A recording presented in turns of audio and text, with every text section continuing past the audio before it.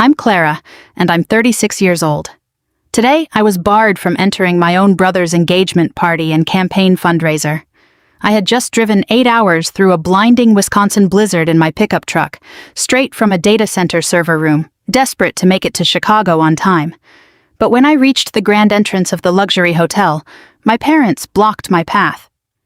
Only major donors and high society are allowed inside, my mother told me, her voice ice cold. You can watch the live stream from your truck. Understood, I replied, turning on my heel. 2 days later, my mother was screaming into her phone in absolute panic because the final $50,000 payment for the high-end catering had been declined.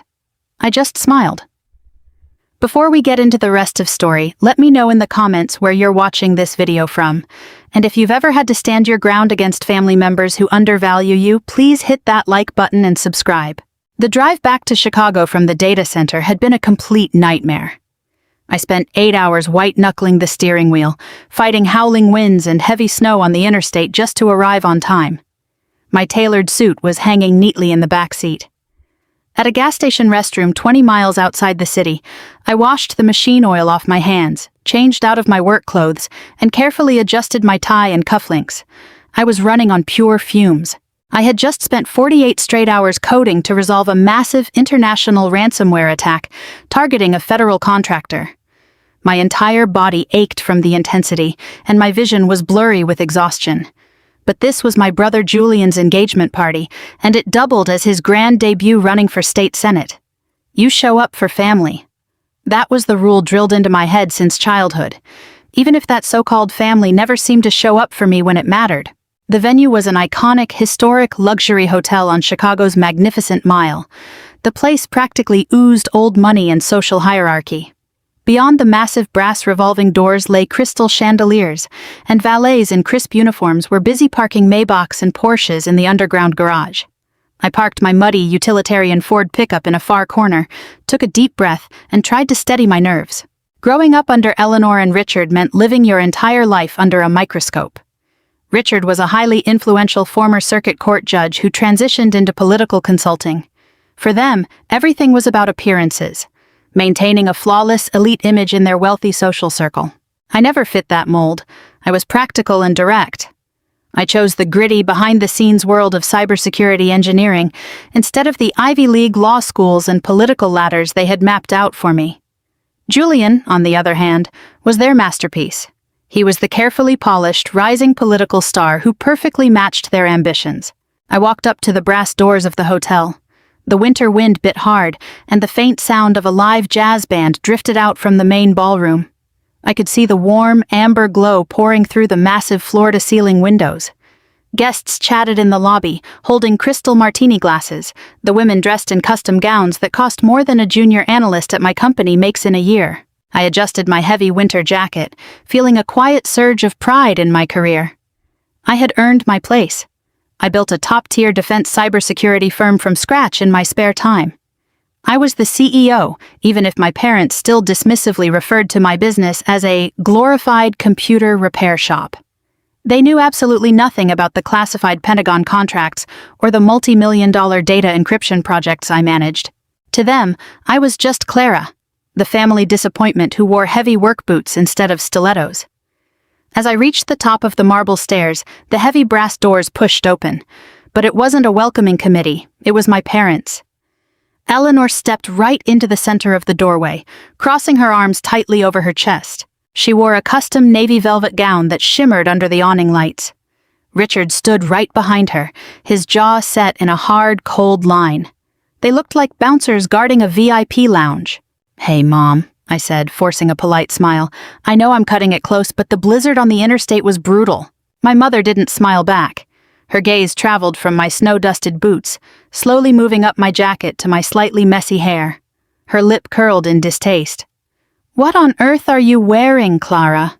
"It's the best I could do on short notice," I replied, my exhaustion making my mind a bit sluggish. "I just rushed here straight from a data center in Wisconsin to fix a federal-level server crash. I drove as fast as I safely could." Eleanor let out a sharp, mocking scoff. "You can't go inside looking like that. This is a strict black-tie political fundraiser. You look like a utility worker." I stared at her, the deep fatigue suddenly weighing heavily on my shoulders. Mom, I am a federally certified defense contractor. I have a suit in the truck, but the gas station didn't have hot water for me to do a full makeover. I just want to support my brother. Richard stepped forward, pointing a finger directly at my chest. We aren't talking about your tech world rules. We are talking about social decency. Serena comes from a prominent Silicon Valley tech investment family. Her parents invited the governor and members of Congress tonight. Arriving in this condition is an arrogant cry for attention.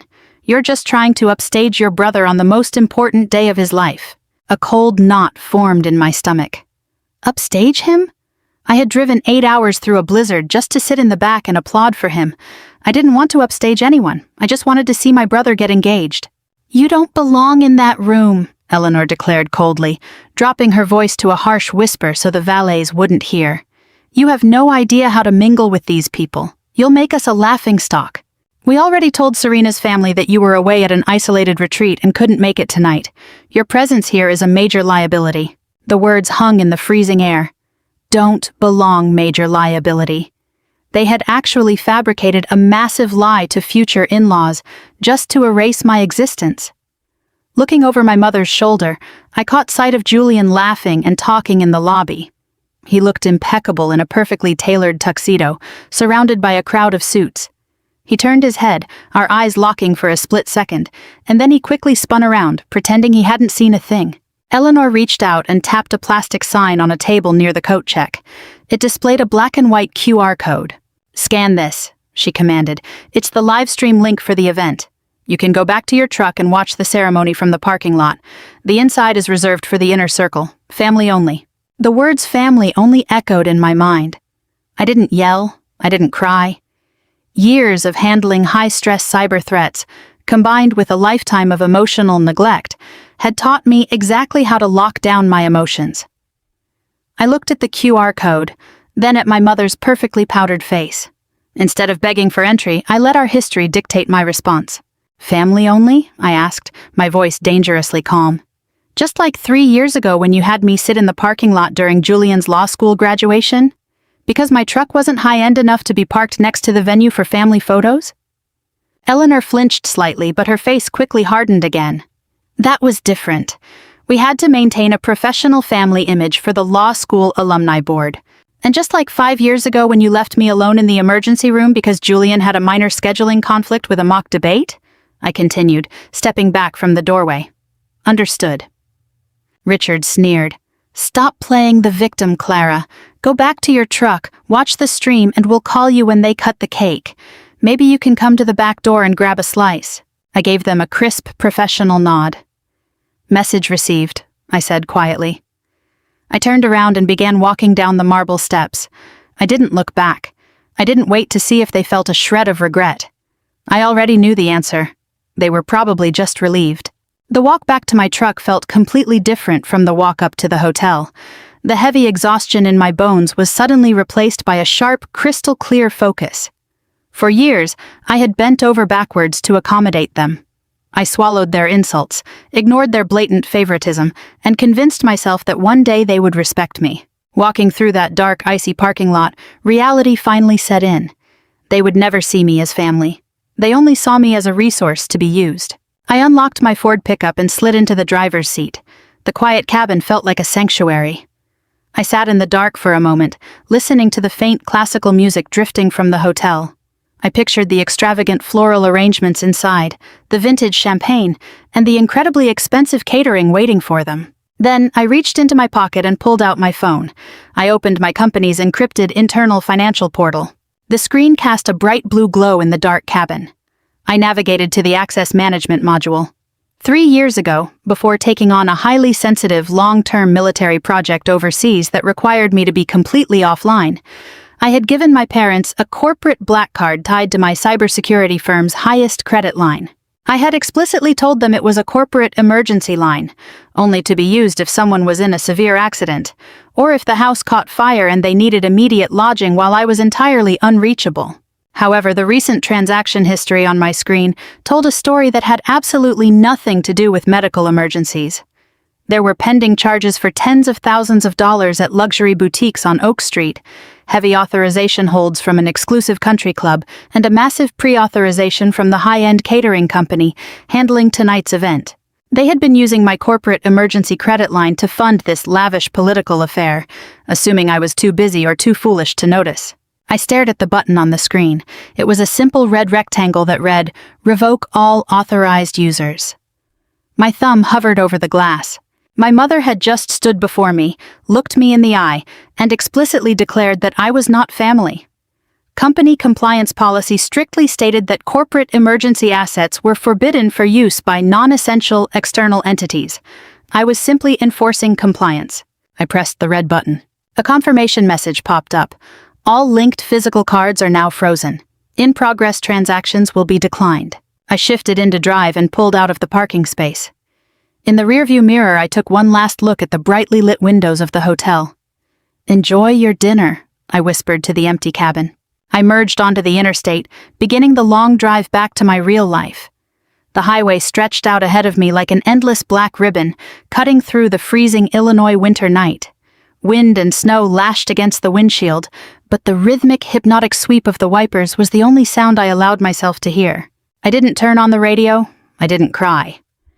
Crying is a luxury you lose early on when you're building your first government-grade firewalls. Instead, I let the heavy silence wash over me, methodically rinsing away the toxic residue my parents had left behind at those brass hotel doors. My phone sat on the passenger seat, its screen dark, holding the digital keys to my actual existence. A life they knew absolutely nothing about. For the past decade, Eleanor and Richard had told anyone who would listen that I tinkered away at some generic computer repair shop. They told their wealthy friends I ran cables in basements for the government, a polite, condescending way of hinting that I was just a blue-collar laborer. They had never bothered to ask for the actual name of my firm. They never cared to look past my heavy work boots. If they had, they might have recognized the name Aegis Shield. They might have realized I don't just run cables. I architect encryption frameworks for top-tier defense contractors and handle high-stakes crisis response. I own the data centers with maximum security clearances. I own the entire corporate structure. I am the founder and sole shareholder. But they preferred their own version of reality. A neat little narrative where Julian was the brilliant golden boy politician, and I was the unpolished, unrefined family stain. I pulled over at a quiet, deserted highway rest stop, the neon lights bleeding into the icy asphalt. I needed a moment to breathe, to fully process the sheer disrespect I had just experienced. 3 years ago, before deploying to the Middle East for a highly sensitive military communications network setup, I sat at my parents' spotless marble dining table and slid a sleek, matte black corporate card across to Richard. My cybersecurity firm was entering a massive growth phase, generating staggering cash flow. But my only concern was ensuring my family's security while I was on the other side of the world. I looked my father in the eye and gave him strict, simple instructions. This is for life or death emergencies only. If someone breaks a leg, if mom needs urgent surgery, if the roof collapses and you need safe lodging, use this. Don't worry about the limit. Just stay safe until I'm back. I trusted them. I wanted to believe that beneath all the superficial social climbing, they were still my parents. I wanted to believe they would honor a promise made to a daughter heading into a volatile environment. I was incredibly naive. Sitting in the quiet truck, I unlocked my phone. I opened the internal Aegis Shield financial app and navigated to the Authorized Users tab. The alert log was a masterclass in pure financial abuse. I slowly scrolled through the pending charges from just the past week. They weren't buying life-saving medicine or repairing a leaking roof. There was a $20,000 pending charge from a luxury florist in downtown Chicago for rare imported white roses. A $15,000 authorization from a high-end wine merchant for custom champagne towers and vintage Burgundy. A $40,000 deposit for premium, white glove catering. There were charges for designer dress shoes, expensive medical spas, and luxury limousine rentals. They were using my ransomware emergency funds to entirely finance Julian's perfect political engagement. They were burning through the money I earned sleeping on server room floors, working to the roar of server cooling fans. My heart rate remained a slow, steady, mechanical rhythm. Just hours ago, they barred me from entering. They looked at the very winter jacket I wore while earning the fortune they were burning through and told me I wasn't family. I stared at the bright red button on the screen. Revoke all authorized users. I didn't hesitate, I pressed it. I watched the screen refresh, the little loading circle spinning for less than a second. Then, the status of the catering, the floral arrangements, and the champagne shifted. The text faded into gray. Declined, canceled, frozen. The digital trail of their elaborate entitlement evaporated into the ether, leaving behind nothing but lines of authorization failure codes. I set the phone down, shifted the truck back into drive, and pulled back onto the highway. The tight knot of anxiety that had lived in my chest for 36 years finally unraveled completely. I felt an absolute, profound sense of freedom. 48 hours blurred past in a haze of highly productive, lucrative work. The lavish engagement weekend melted into a bustling Monday morning at the Aegis Shield headquarters.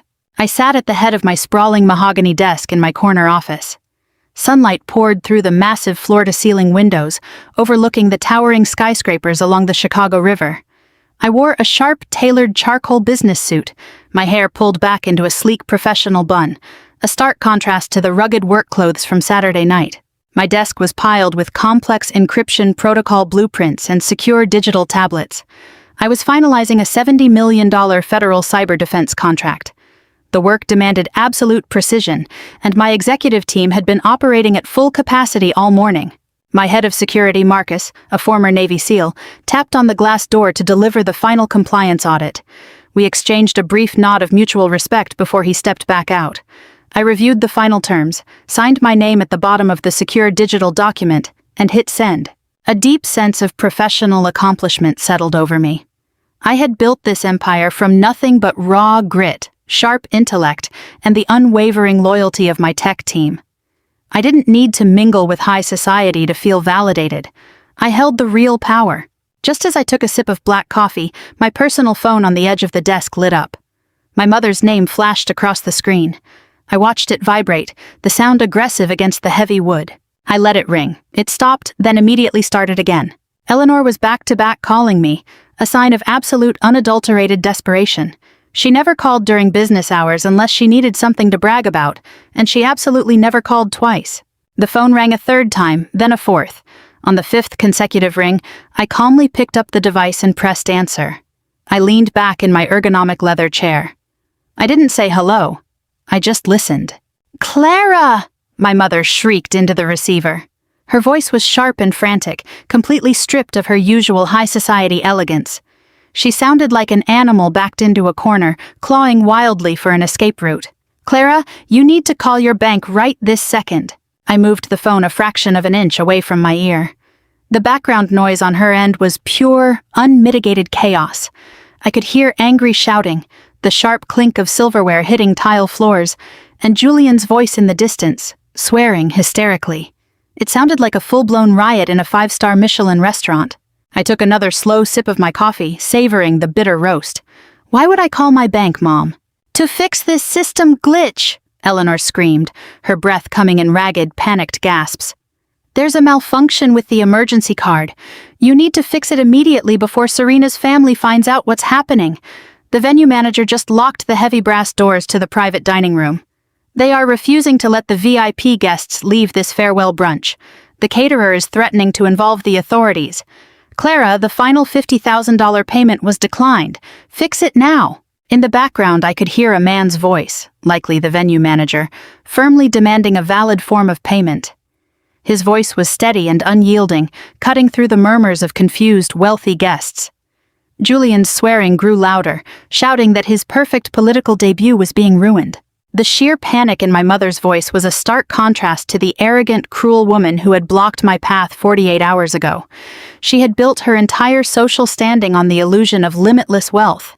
And now, that illusion was shattering right in front of the very people she desperately wanted to impress. I looked out the window at the Chicago River, watching an icebreaker plow slowly through the frozen water.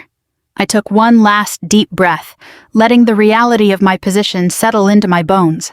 "There is no system glitch, Mom," I said, my voice smooth and entirely devoid of sympathy. "The corporate card is strictly restricted to life-and-death family emergencies and ransomware crises. You told me yourself on Saturday night directly to my face that I am not family. Therefore, corporate compliance explicitly prohibits non-affiliated individuals from utilizing company assets." Dead silence fell over the line for a few agonizing seconds. I could hear my mother catch her breath sharply through the receiver. The chaotic background noise of the hotel seemed to freeze as her brain tried to process my words. When she finally spoke, the hysterical panic had morphed into a low, venomous hiss. "Have you lost your mind?" Eleanor demanded. "You are holding your own brother's future hostage over a ridiculous personal grudge. Serena's billionaire parents are sitting in the private dining room right now, waiting for the farewell brunch to conclude. The catering director is standing right in front of the buffet doors. He refuses to let the staff serve a single plate of food until that final $50,000 clears. Do you have any idea how deeply humiliating this is for us?" I leaned forward, clicking my mouse to wake up my computer monitor. I opened the frozen account ledger and began scrolling through the line items of the declined charges. "It's not a grudge, Mom. It's basic corporate financial compliance. You attempted to process a $50,000 charge on a commercial account explicitly designated for life or death crises. You are not currently bleeding out in an emergency room. You are attempting to purchase imported truffles and bottomless mimosas. I am simply preventing corporate fraud." "Fraud!" Eleanor shrieked, the panic flooding back into her voice. She abandoned any attempt to keep her voice down. "We are your parents. We raised you. You gave us that card to handle family matters. This political alignment is a family matter.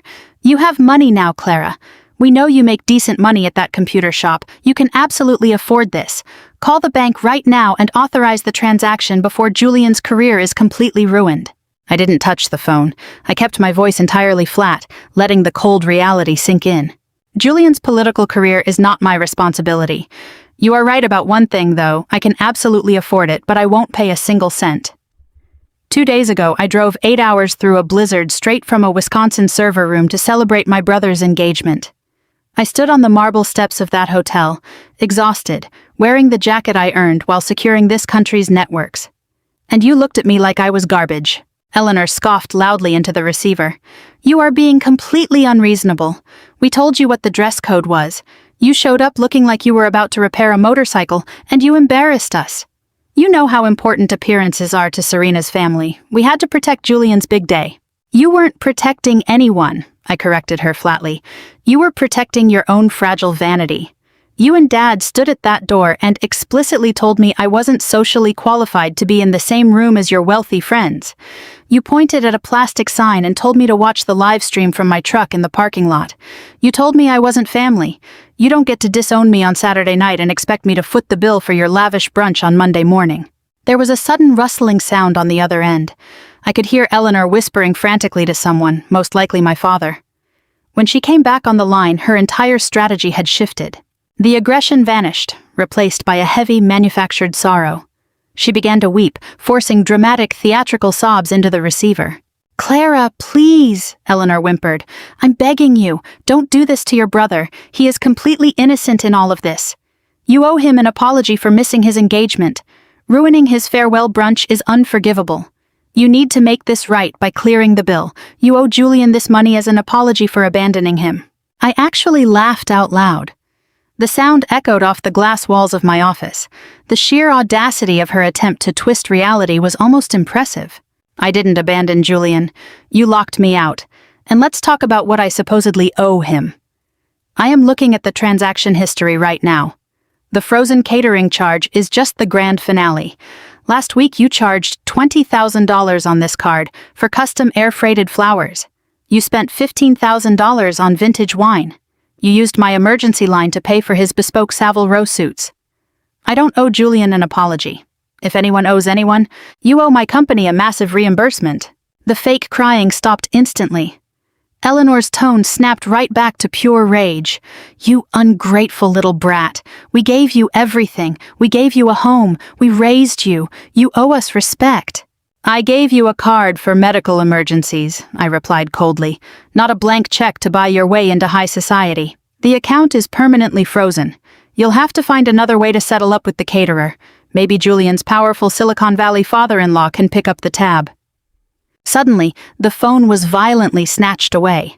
The sound of plastic friction crinkled in my ear, and then my father's voice boomed through the speakerphone. Richard was absolutely furious. His voice carried the heavy, intimidating judicial authority he had used to control our household for decades. He honestly believed he could still bully me into submission, just like he did when I was a teenager. Listen to me very carefully, Clara, Richard growled. You are going to call your bank right now, and you are going to unfreeze that card this very second. You will not disrespect your mother, and you will not ruin your brother's political future over a pathetic temper tantrum. I took another sip of my coffee. Good morning to you too, Dad. The answer is still no. Richard dropped his voice to a menacing whisper. Do you think because you run a couple of coding geeks in Chicago that you hold all the cards? Do you think playing hacker makes you tough? If you don't authorize this $50,000 payment immediately, I will make one phone call that will dismantle your entire life. I leaned back in my leather chair, genuinely amused. Really? Who exactly are you going to call? I will call the SEC, Richard threatened, his voice dripping with malice. I will call the FBI. I will report you for financial abuse and fraud. I'll tell them you are financially mistreating your elderly parents, using extortion by withdrawing promised funds. I will tell them you are emotionally unstable and completely unfit to hold federal security clearances. I'll have you disqualified and removed from that pathetic computer repair business of yours before the sun goes down. I sat in my spacious corner office, looking at the $70 million Defense Department contract sitting on my desk. I thought about the hundreds of top-tier encryption engineers who worked under me. I thought about the massive network of secure nodes I controlled across 3 continents. My father truly believed I was just a low-level tech worker scraping by in a dusty basement. He believed his old political connections gave him the power to crush me. He had absolutely no idea who he was dealing with. A slow, sharp smile spread across my face. Make the call, Dad, I said, my voice dropping to a calm, chilling whisper. Call them, but before you make that threat, you should probably understand how corporate credit lines actually work. You see, an employee doesn't have the authority to freeze core corporate assets. Only the sole owner can do that. I didn't report a lost card to a random bank teller. I cut off the access myself using executive root privileges. What on earth are you talking about? Richard demanded, his confidence wavering for the very first time. Unfreeze the card right now before I call. I'm talking about reality, Dad. You think I tinker away at a repair shop? I own the patents. I own the server arrays. I own the entire corporation. You are standing in a luxury hotel trying to pay for catering using stolen funds from a federal contractor, and you're threatening to fire me from my own company. Dead silence fell over the line. I could hear his faint, uneven breathing. Go ahead and call the FBI, Dad. Call anyone you want. Tell them you committed corporate card fraud using an account belonging to the CEO of Aegis Shield, because I am the CEO. I own this company. I am the only one who can authorize funds, and I am telling you right now, you are cut off. I didn't wait for a response. I hit the end call button and placed the phone face down on my desk. I left the phone sitting face down on the polished mahogany. For 60 seconds, the device remained completely motionless in the center of my vision. Around me, the Aegis Shield headquarters buzzed with quiet, efficient productivity, entirely disconnected from the absolute meltdown taking place on my personal device. Then the vibration started again. It wasn't a phone call this time. It was a relentless, aggressive barrage of notifications. I picked up the phone and tapped on the illuminated screen.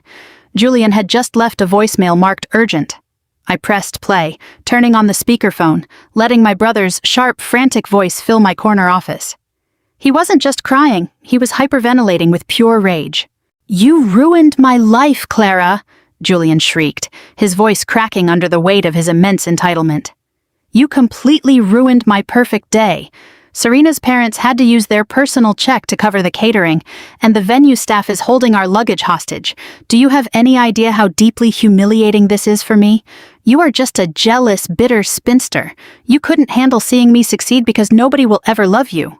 You did this out of pure malice because your pathetic life is nothing but broken computers.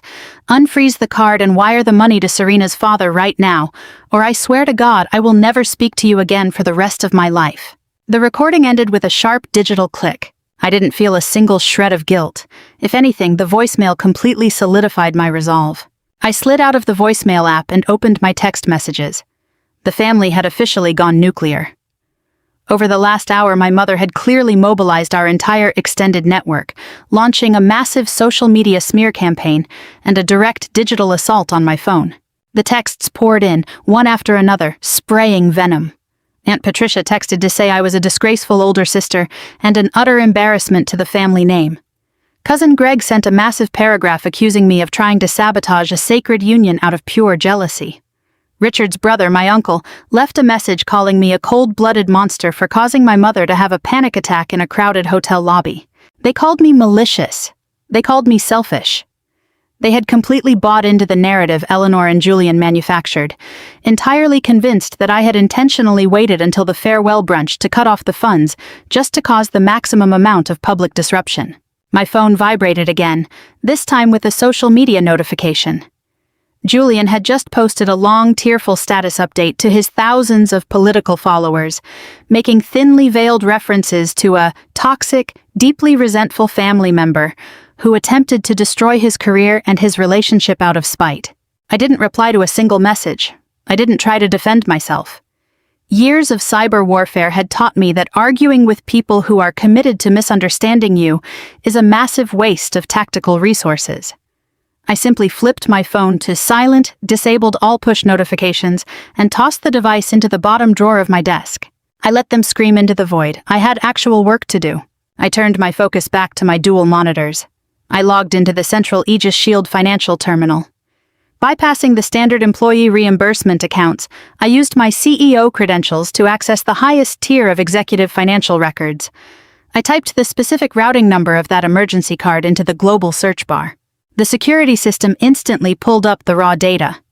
For the past 3 years, while I was combating complex foreign hacking rings, securing national grid data, and managing crises on zero sleep, I had completely neglected this specific account. I had trusted my parents. I assumed the few mobile notifications I caught glimpses of during frantic transits were for legitimate health checkups, routine copays, or urgent household repairs. Now, sitting in my secure office, I was confronted with the raw, unfiltered truth of their betrayal. I went from a passive observer to an active investigator. I began systematically pulling data from the cloud servers. I downloaded every single receipt, every vendor invoice, and every detailed line item statement tied to that corporate card over the last 5 years. The deeper I dug into the transaction history, the sagger and more unpalatable the whole thing became. The unauthorized spending had started small, just a few $100s here and there at high-end organic grocery stores and local luxury spas. They were clearly testing the waters, checking to see if I would notice the discrepancy. When I remained focused on my work, assuming they just needed a little temporary assistance with daily living expenses, the floodgates opened completely. I uncovered a $20,000 initiation fee for an exclusive country club. I found tens of thousands of dollars spent at high-end designer boutiques along Chicago's Magnificent Mile. Pulling up a separate browser window, I cross-referenced the dates on these expense reports with photos Julian had proudly posted on his public social media profiles. That custom Rolex watch he showed off last Christmas? My firm paid for it. The imported caviar and vintage champagne served at their lavish summer garden parties? Funded entirely by the long hours I spent patching critical vulnerabilities. I kept scrolling, my eyes scanning an endless ledger of reckless corporate theft. I pulled up a $25,000 charge from a boutique European travel agency. When I cross-referenced the booking dates, I realized it was approved during the exact month Julian claimed he needed a soul-searching trip to Italy and France after failing a major law school exam. He hadn't funded that trip out of his own savings. He had discovered my corporate credit line. Looking at the spiraling numbers on the screen, the reality became clear. My parents had used the money earned from an engineer's relentless coding to fund a lifestyle of absolute privilege for a sibling who contributed nothing. They had treated my cybersecurity firm as their personal bottomless slush fund. I didn't stop at merely looking at the figures. I began creating a precise forensic record of everything. I created a secure, encrypted folder on my desktop and dragged every single fraudulent receipt and unauthorized invoice into it.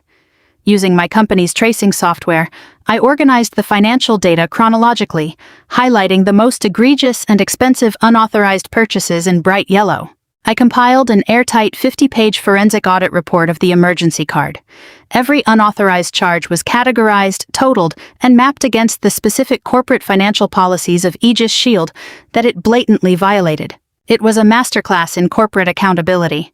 It proved beyond a shadow of a doubt that my parents and brother had engaged in a systematic pattern of corporate fraud for years, under the guise of family emergencies. I saved the final document, password-protected the file, and exported it as a pristine, unarguable PDF. I leaned back in my chair, rubbing my tired eyes. The total amount of money they had taken from my firm was staggering. But having the physical evidence compiled neatly on my hard drive gave me a profound sense of control. The narrative was no longer in their hands. I held the facts. Just as I finished encrypting the primary audit file, a sharp chime echoed from the top right corner of my main monitor. It was an email marked high priority with an urgent request for a read receipt. The sender's address belonged to a highly prestigious, incredibly expensive civil litigation law firm based in the Loop. I opened my secure inbox. The subject line was written in bold, aggressive capital letters. Notice of intent to sue. Breach of oral contract. I opened the message, my eyes skimming through dense blocks of intimidating legal jargon. The message had been drafted by a senior managing partner at the firm, clearly retained by Richard in a panic. The tone was arrogant and condescending, filled with severe threats that perfectly mirrored my father's blustering brand of authority. The highly paid attorney stated that by providing the card to my parents, I had entered into a binding oral contract to provide ongoing financial support for my family. He had the absolute audacity to claim that my sudden, unannounced freeze on the corporate assets constituted a bad faith breach of that agreement. The attorney insisted that my actions had caused severe emotional distress, extreme public humiliation, and irreparable reputational damage to his clients during a high-profile political networking event. The final paragraph was a direct, uncompromising ultimatum. The lawyer demanded that I unfreeze the corporate card within 24 hours and wire exactly $50,000 directly to the hotel venue to clear the remaining debt.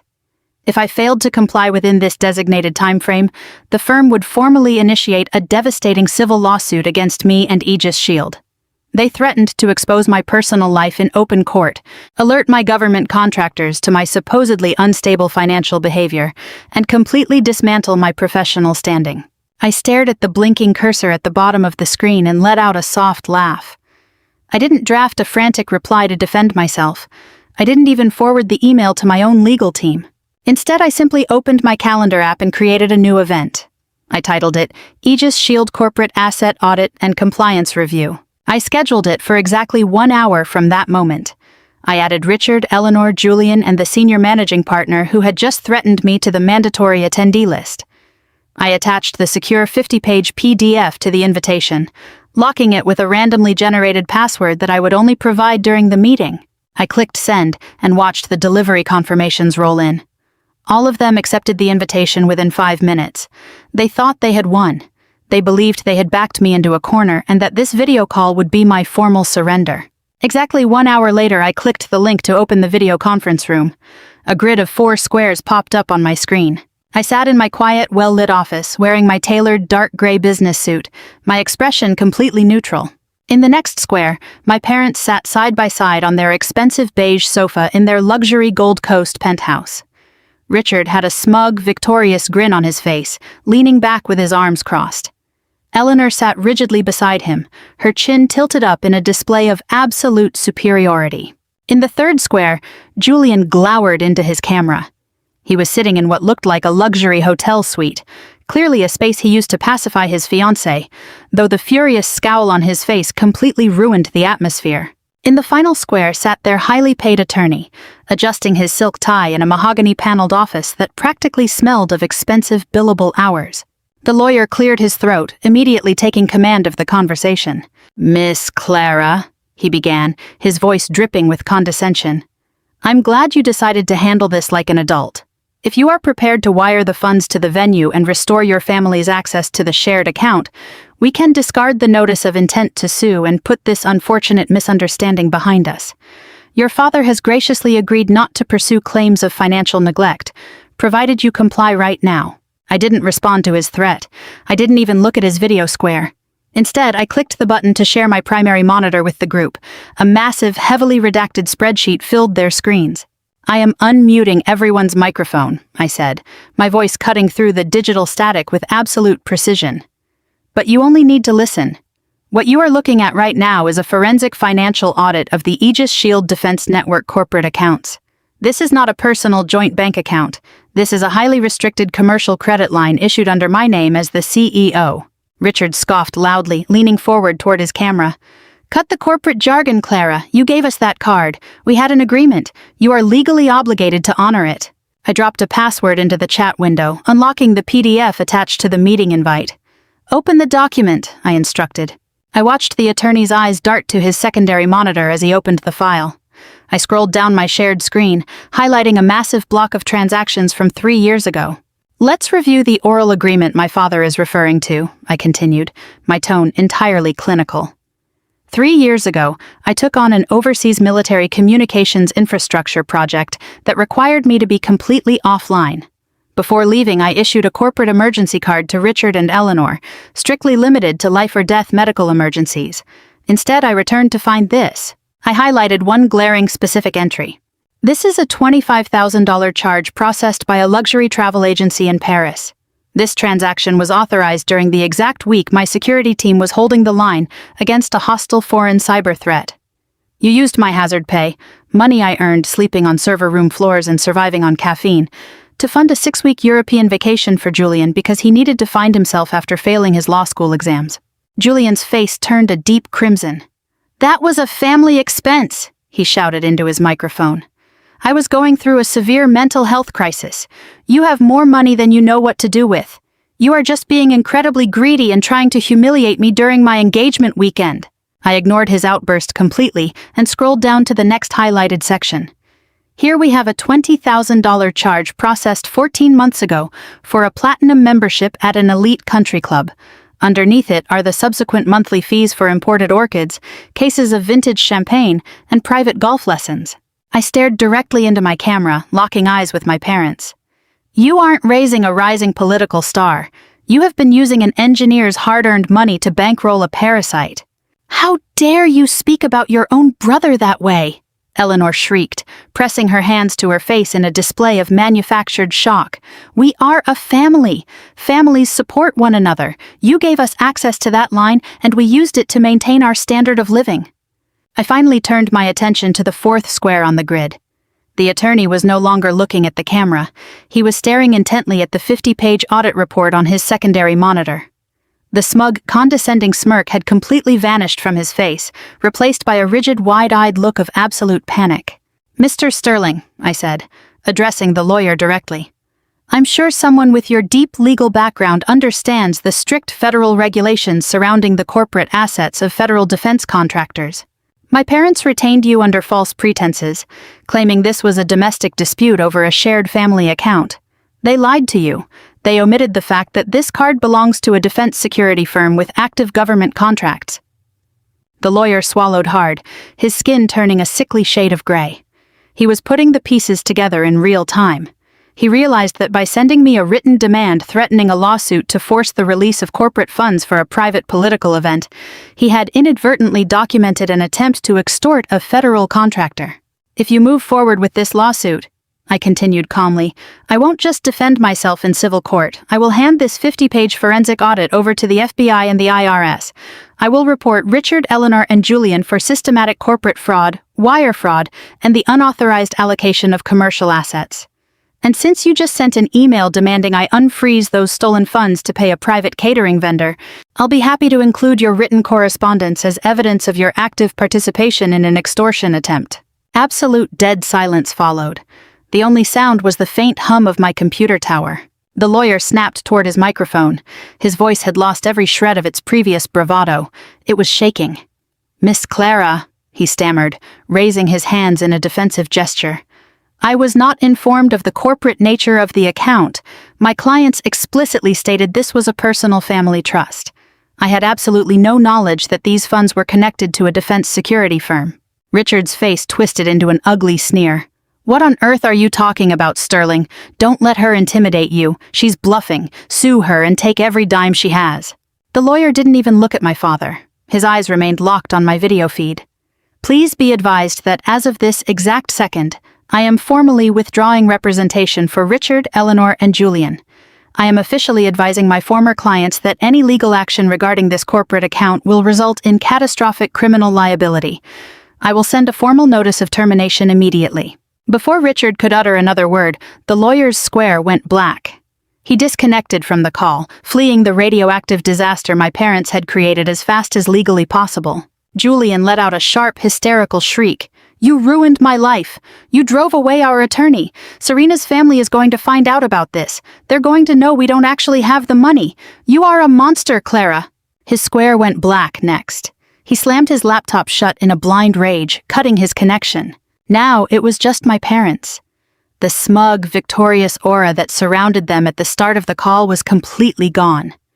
Eleanor looked absolutely terrified, her hands visibly trembling in her lap. But Richard was incapable of backing down. His entire identity was built on absolute control, and watching his expensive lawyer flee the battlefield had shattered his fragile ego. He erupted into a violent, red-faced fury. "You ungrateful little brat!" Richard roared, leaning forward so close to his camera that his features distorted. "You think you're smart with your spreadsheets and your corporate threats? You think you can treat your own flesh and blood like criminals? I am your father. I built this family. If you don't wire that $50,000 to the hotel right now, you are dead to me." I sat completely still, letting his rage wash over me without leaving a mark. "I am officially writing you out of the estate," Richard screamed, a heavy vein bulging against his forehead. "You won't see a single dime of family money, and you can forget about the historic vineyard property in Michigan. I am evicting you. You are permanently banned from setting foot on that land. You will never spend another weekend at that winery again. You are formally cast out." He leaned back, breathing heavily, clearly believing he had just played an unbeatable trump card. He thought the threat of losing access to the sacred family property would bring me to my knees. I looked at this man who had barred me from my brother's engagement party because my work gear wasn't dignified enough. I looked at the man who stole my high-stakes project bonuses to fund his extravagant lifestyle. A cold, sharp smile touched my lips. "Oh, Dad," I said, my voice quiet but lethal, "we actually do need to talk about the property." Richard scoffed, a harsh, metallic grating sound rattling through the computer speakers. He leaned aggressively against the expensive beige sofa in their spacious penthouse. His face was flushed crimson, a toxic flame of high blood pressure and unchecked generational arrogance. Crossing his arms tightly, he exuded the absolute certainty of a man who believed he still commanded the universe. "There is nothing to talk about," Richard spat, his voice echoing with unearned majesty.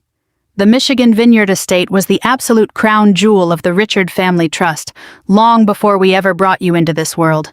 It is a symbol of refinement. It is an estate designed for family gatherings, hosting political dinners, entertaining corporate boards, and maintaining our proper standing in the community. And you have consistently treated that sacred ground like an extension of your dingy tech basement. Eleanor nodded frantically beside him, her tear-streaked face tightening into a mask of vindictive pleasure, eager to pile on now that their lawyer had abandoned them. "Your father is exactly right, Clara. You treated that beautiful historic estate like a cheap campground. You tracked mud onto imported hardwood floors with those heavy work boots.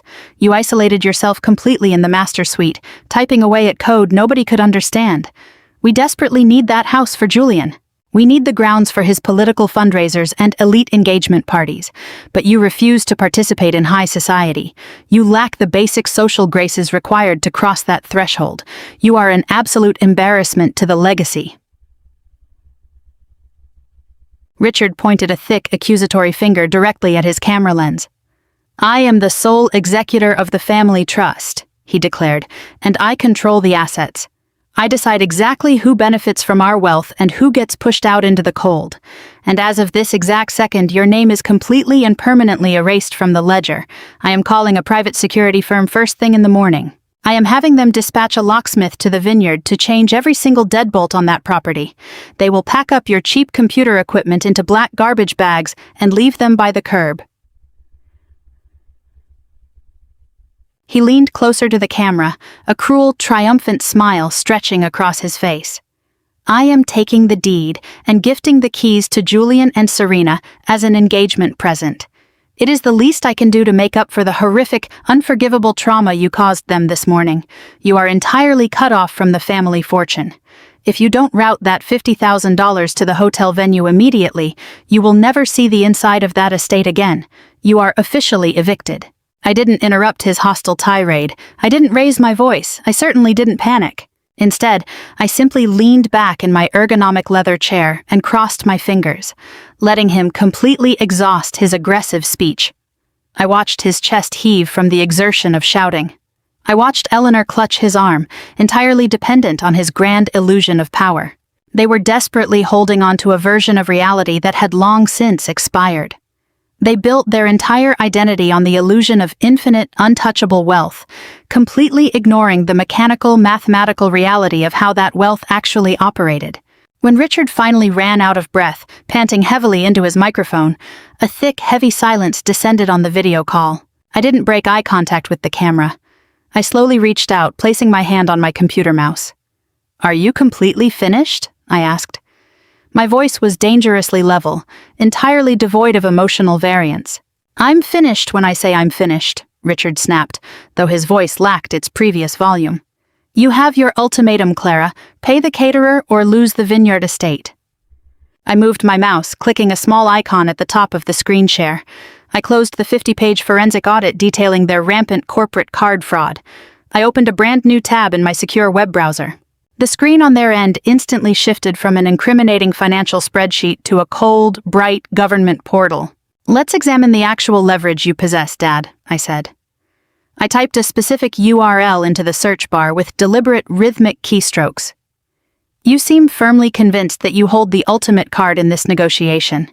You believe that because you were born into wealth, and because you inherited a hollow title as the executor of a family trust, you possess absolute, unquestionable authority over my life, my career, and my residence."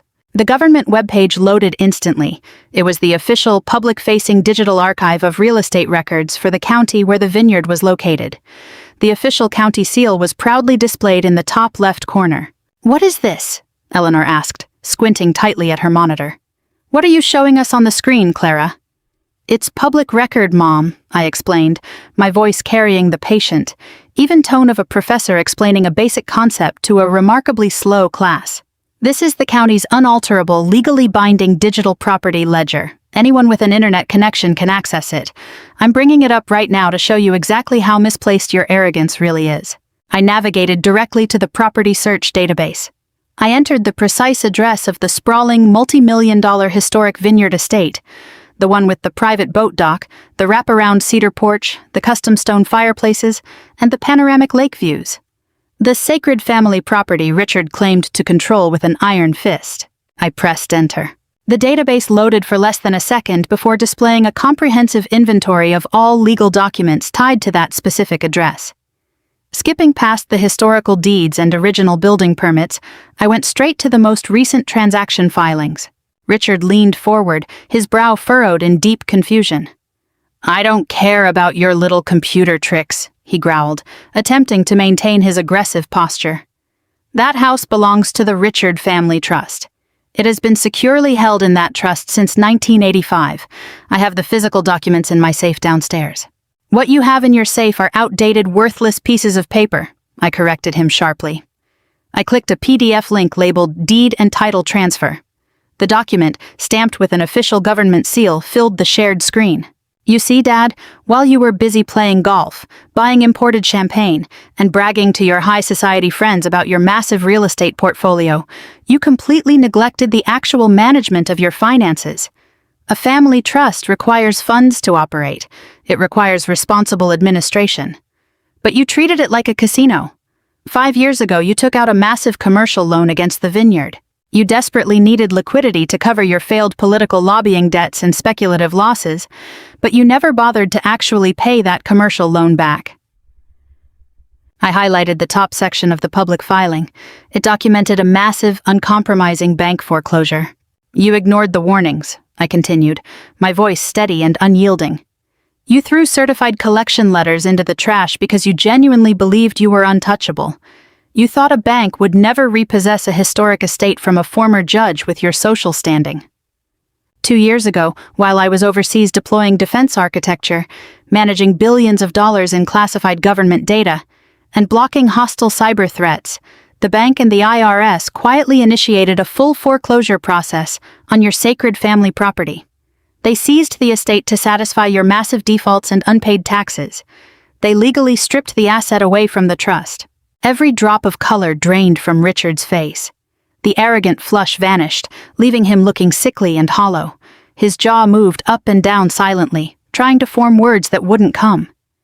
Eleanor clamped her trembling hands over her mouth, a look of sheer, unadulterated terror washing over her perfectly made-up face. The bank placed the vineyard up for private auction on a blind bidding site, I explained, highlighting the next section of the deed transfer. It was originally slated to be sold to a commercial developer. Their submitted blueprints showed plans to bulldoze the entire historic house, tear down the cedar porch, and build a massive luxury condo complex. You almost lost the family crown jewel entirely. And you didn't even know it was happening because you were too busy planning Julian's obscenely expensive engagement party. I scrolled down to the absolute bottom of the legal document, bringing the final signature blocks and ownership transfer into full view. The buyer's name was printed there in stark, bold, undeniable letters. I received an automated alert from a colleague in commercial real estate, I said, letting the heavy reality of the document sink in. I saw the property was going to auction, so I stepped in. I didn't use family money, because the family money has been entirely depleted for years. I used my own personal capital, the substantial profits generated by my so-called pathetic computer shop. I established a blind shell LLC to keep the transaction out of the media. I wired the funds directly to the bank's liquidation department. I paid off the 5 consecutive years of back taxes you ignored. I settled the contractor liens you refused to pay because you thought manual laborers were beneath your notice. I bought the property from the bank in cash, clearing the outstanding debt completely and stopping the bulldozers from rolling onto the lawn. I pointed my digital cursor directly at the bold text on the screen. The registered owner of the property was not the Richard Family Trust. It was Aegis Capital LLC, a direct, wholly owned subsidiary of my cybersecurity firm. I bought the house, Dad, I stated, my voice echoing coldly in the quiet office. I own the estate, I own the land, I own the private boat dock, I own the cedar porch, I own every single blade of grass on that property. Richard stared at the screen, his eyes wide and unblinking, filled with panic. The absolute reality of his financial ruin was staring him dead in the face. He couldn't bully his way out of a legally binding county deed. He couldn't intimidate a government database.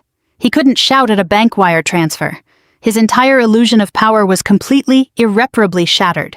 I leaned forward, looking directly into the camera lens, making sure he could see that there was absolutely no mercy left in my eyes. Dad, I said softly, delivering the final devastating blow.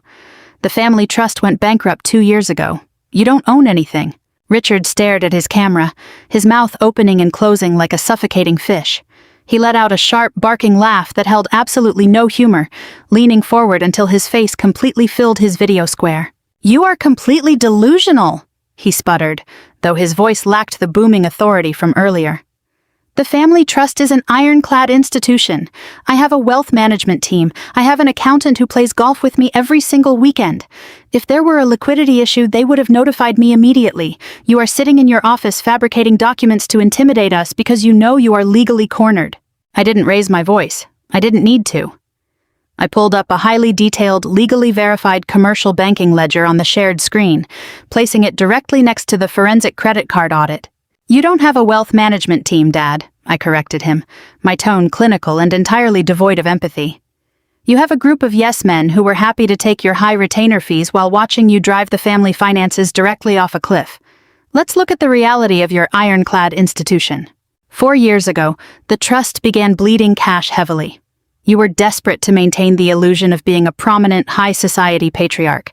You needed liquidity to fund Julian's ridiculously expensive lifestyle, his designer sports cars, his tuition, and the lavish dinners you hosted to impress your political connections. But you had 0 income-generating assets left. Your stock portfolio was a disaster of unresearched, impulsive trading. I highlighted a massive block of text on the banking ledger. The numbers glowed sharply against the stark white background. So, you did what every desperate man obsessed with appearances does, I continued. You leveraged your physical assets. You secretly took out a series of high-interest commercial loans against the family trust, using the historic property as collateral. You assumed you could borrow against the equity indefinitely to keep paying for luxury vacations and imported wine.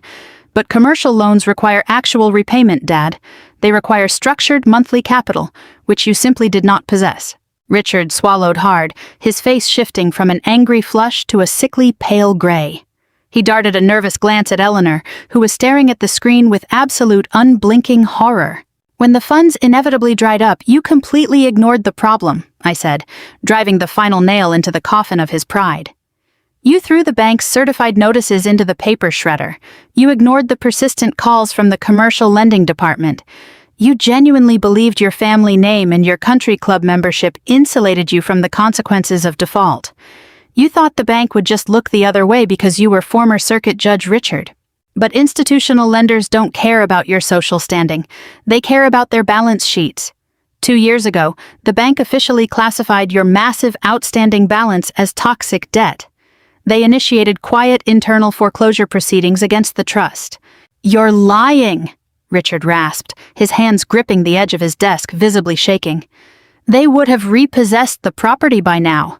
They would have sent marshals to lock the doors."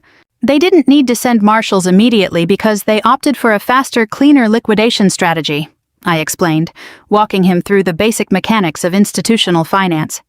The bank didn't want to hold on to distressed real estate. They wanted to clean their ledgers, so they packaged your defaulted commercial loans and sold that toxic debt on the private market. They auctioned off the very foundation of your financial existence to the highest corporate bidder. They bypassed you entirely. I paused, letting the silence hang for a few heavy seconds. The only sound on the video call was Richard's heavy, uneven breathing. "My security firm isn't just a basement repair shop, Dad," I said, bringing the conversation back to the present reality. Aegis Shield is a global operation. We have an aggressive acquisition arm, Aegis Capital LLC. We use it to purchase properties nationwide for high-security data centers and corporate safe houses. My acquisition team monitors packaged debt on the private market constantly. 2 years ago, an analyst flagged a foreclosed portfolio of properties in Illinois and Michigan. I reviewed the file myself. I recognized the addresses listed in that toxic debt package instantly. I stopped sharing the banking ledger and switched the screen to the final, unarguable piece of evidence, the officially stamped county title deed for the Vineyard estate. I didn't hesitate, I stated flatly. I authorized the acquisition immediately. I used my own corporate capital to buy your distressed debt from the bank for pennies on the dollar. I paid off the massive tax liens you ignored. I settled the contractor debts you refused to pay. I bought the physical deed to the property right out from under the collapsing family trust. I am the sole, legal, registered owner of that estate. Richard was entirely paralyzed. His eyes darted across the digital deed, desperately searching for a loophole, a typo, a clerical error to save him. There was nothing. The documentation was flawless. "I don't live in your vineyard, Dad," I said, my voice dropping to a deadly quiet calm. "You live in my portfolio.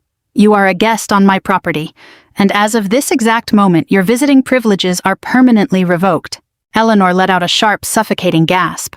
Until this very second, she had been sitting rigidly next to Richard, her brain scrambling to comprehend the staggering scale of the financial ruin unfolding on the screen.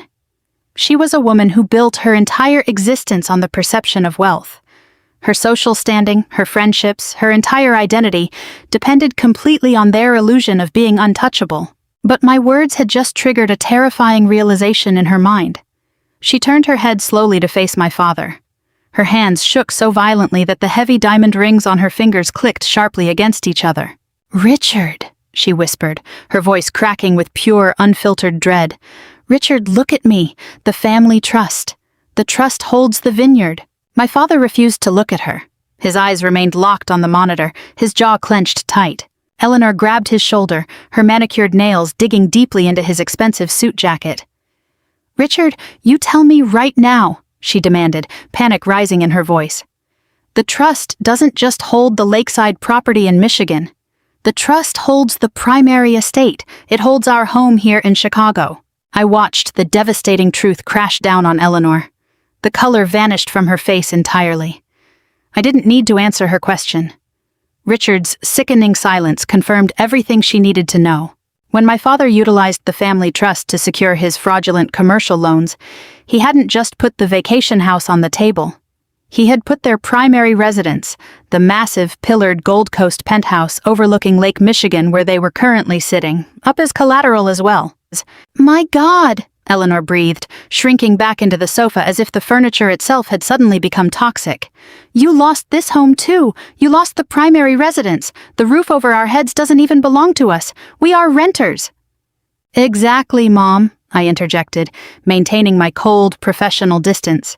The bank packaged the entire trust. Aegis Capital acquired the whole portfolio. For the past 2 years, you have been living in a property owned by my subsidiary. I allowed you to stay there out of a misplaced sense of family loyalty.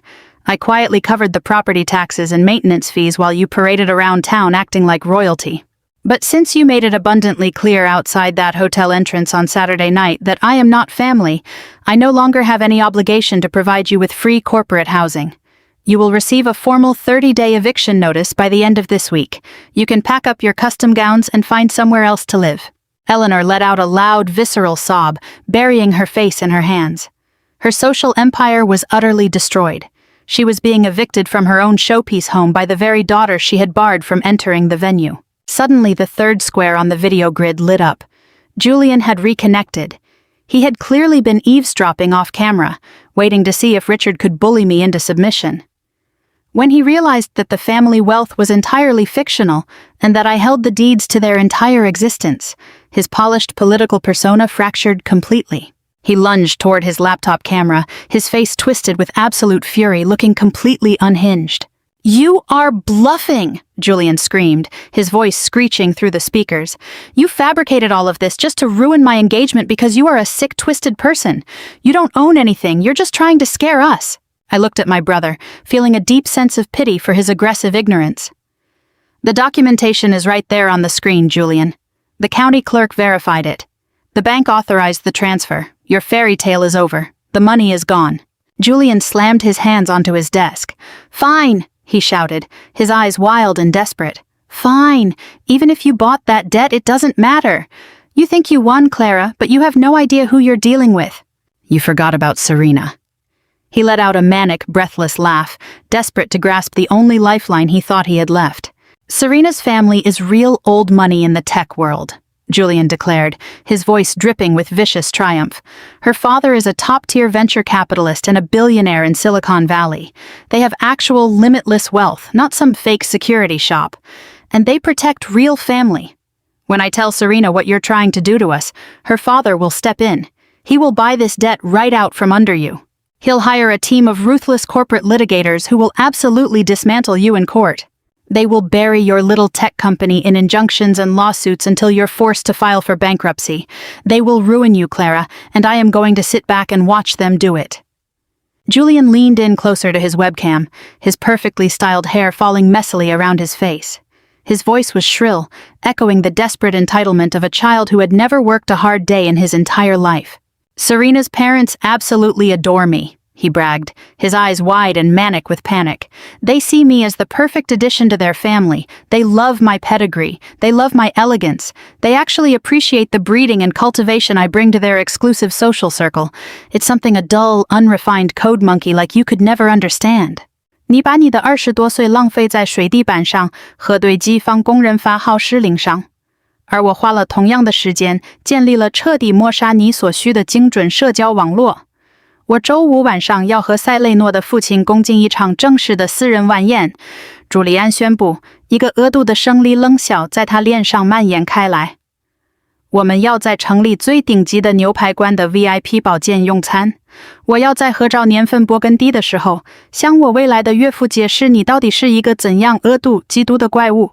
我要解释你是如何恶意操纵银行漏洞来偷走我们家族的房子的。然后我要向他借一笔钱，他连眼睛都不会眨一下，就会开出一张相当于拿出房产全部价值的支票。朱利安绝望地挥舞着双手，他手上的订婚钻戒在显示器的光线下闪烁。我们要直接从你那可悲的客公司手里买下那些有毒债务，我们要把地契从你手里硬生生撤出来，然后我岳父的律师会给你送上一份具有真正法律效力的驱逐通知。但我们不会止步于此，克拉拉。我要起诉你蓄意施加精神痛苦，我要起诉你是突破批我的政治前途。塞雷诺的父亲和参议院大高尔夫热烈庆祝他女儿要加入豪门。他们绝不容忍一个酷色疏远的姐姐的敲诈勒索，他们保护真正的家人。我会让他们的法律团队拖着你打上几年的官司，直到你那可悲的网络安全公司因为支付路事费而流血致死。你以为你是个出色的站主家，但你只是拿着个电子表格来参加一莫富翁的格斗，他们会在法庭上彻底碾碎呢。I didn't raise my voice to match his hysteria. I didn't defend my Federal Defense Service or my enterprise. I let him finish his frantic, desperate monologue. I let the silence hang heavily in the digital space for 5 long seconds, watching the frantic energy vibrate in Julian's shoulders. Then I smiled. It wasn't a warm expression. It was the cold, mechanical look of a predator watching a target walk willingly into a steel trap.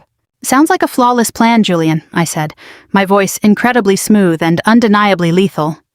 A formal dinner with your wealthy future in-laws is exactly what this situation requires. Transparency is so vital when 2 prominent families merge. I would absolutely hate for Serena's father to invest his considerable capital without proper due diligence. So I'm going to make this very simple for you. I leaned forward, resting my forearms on my mahogany desk, locking my eyes directly onto the camera lens.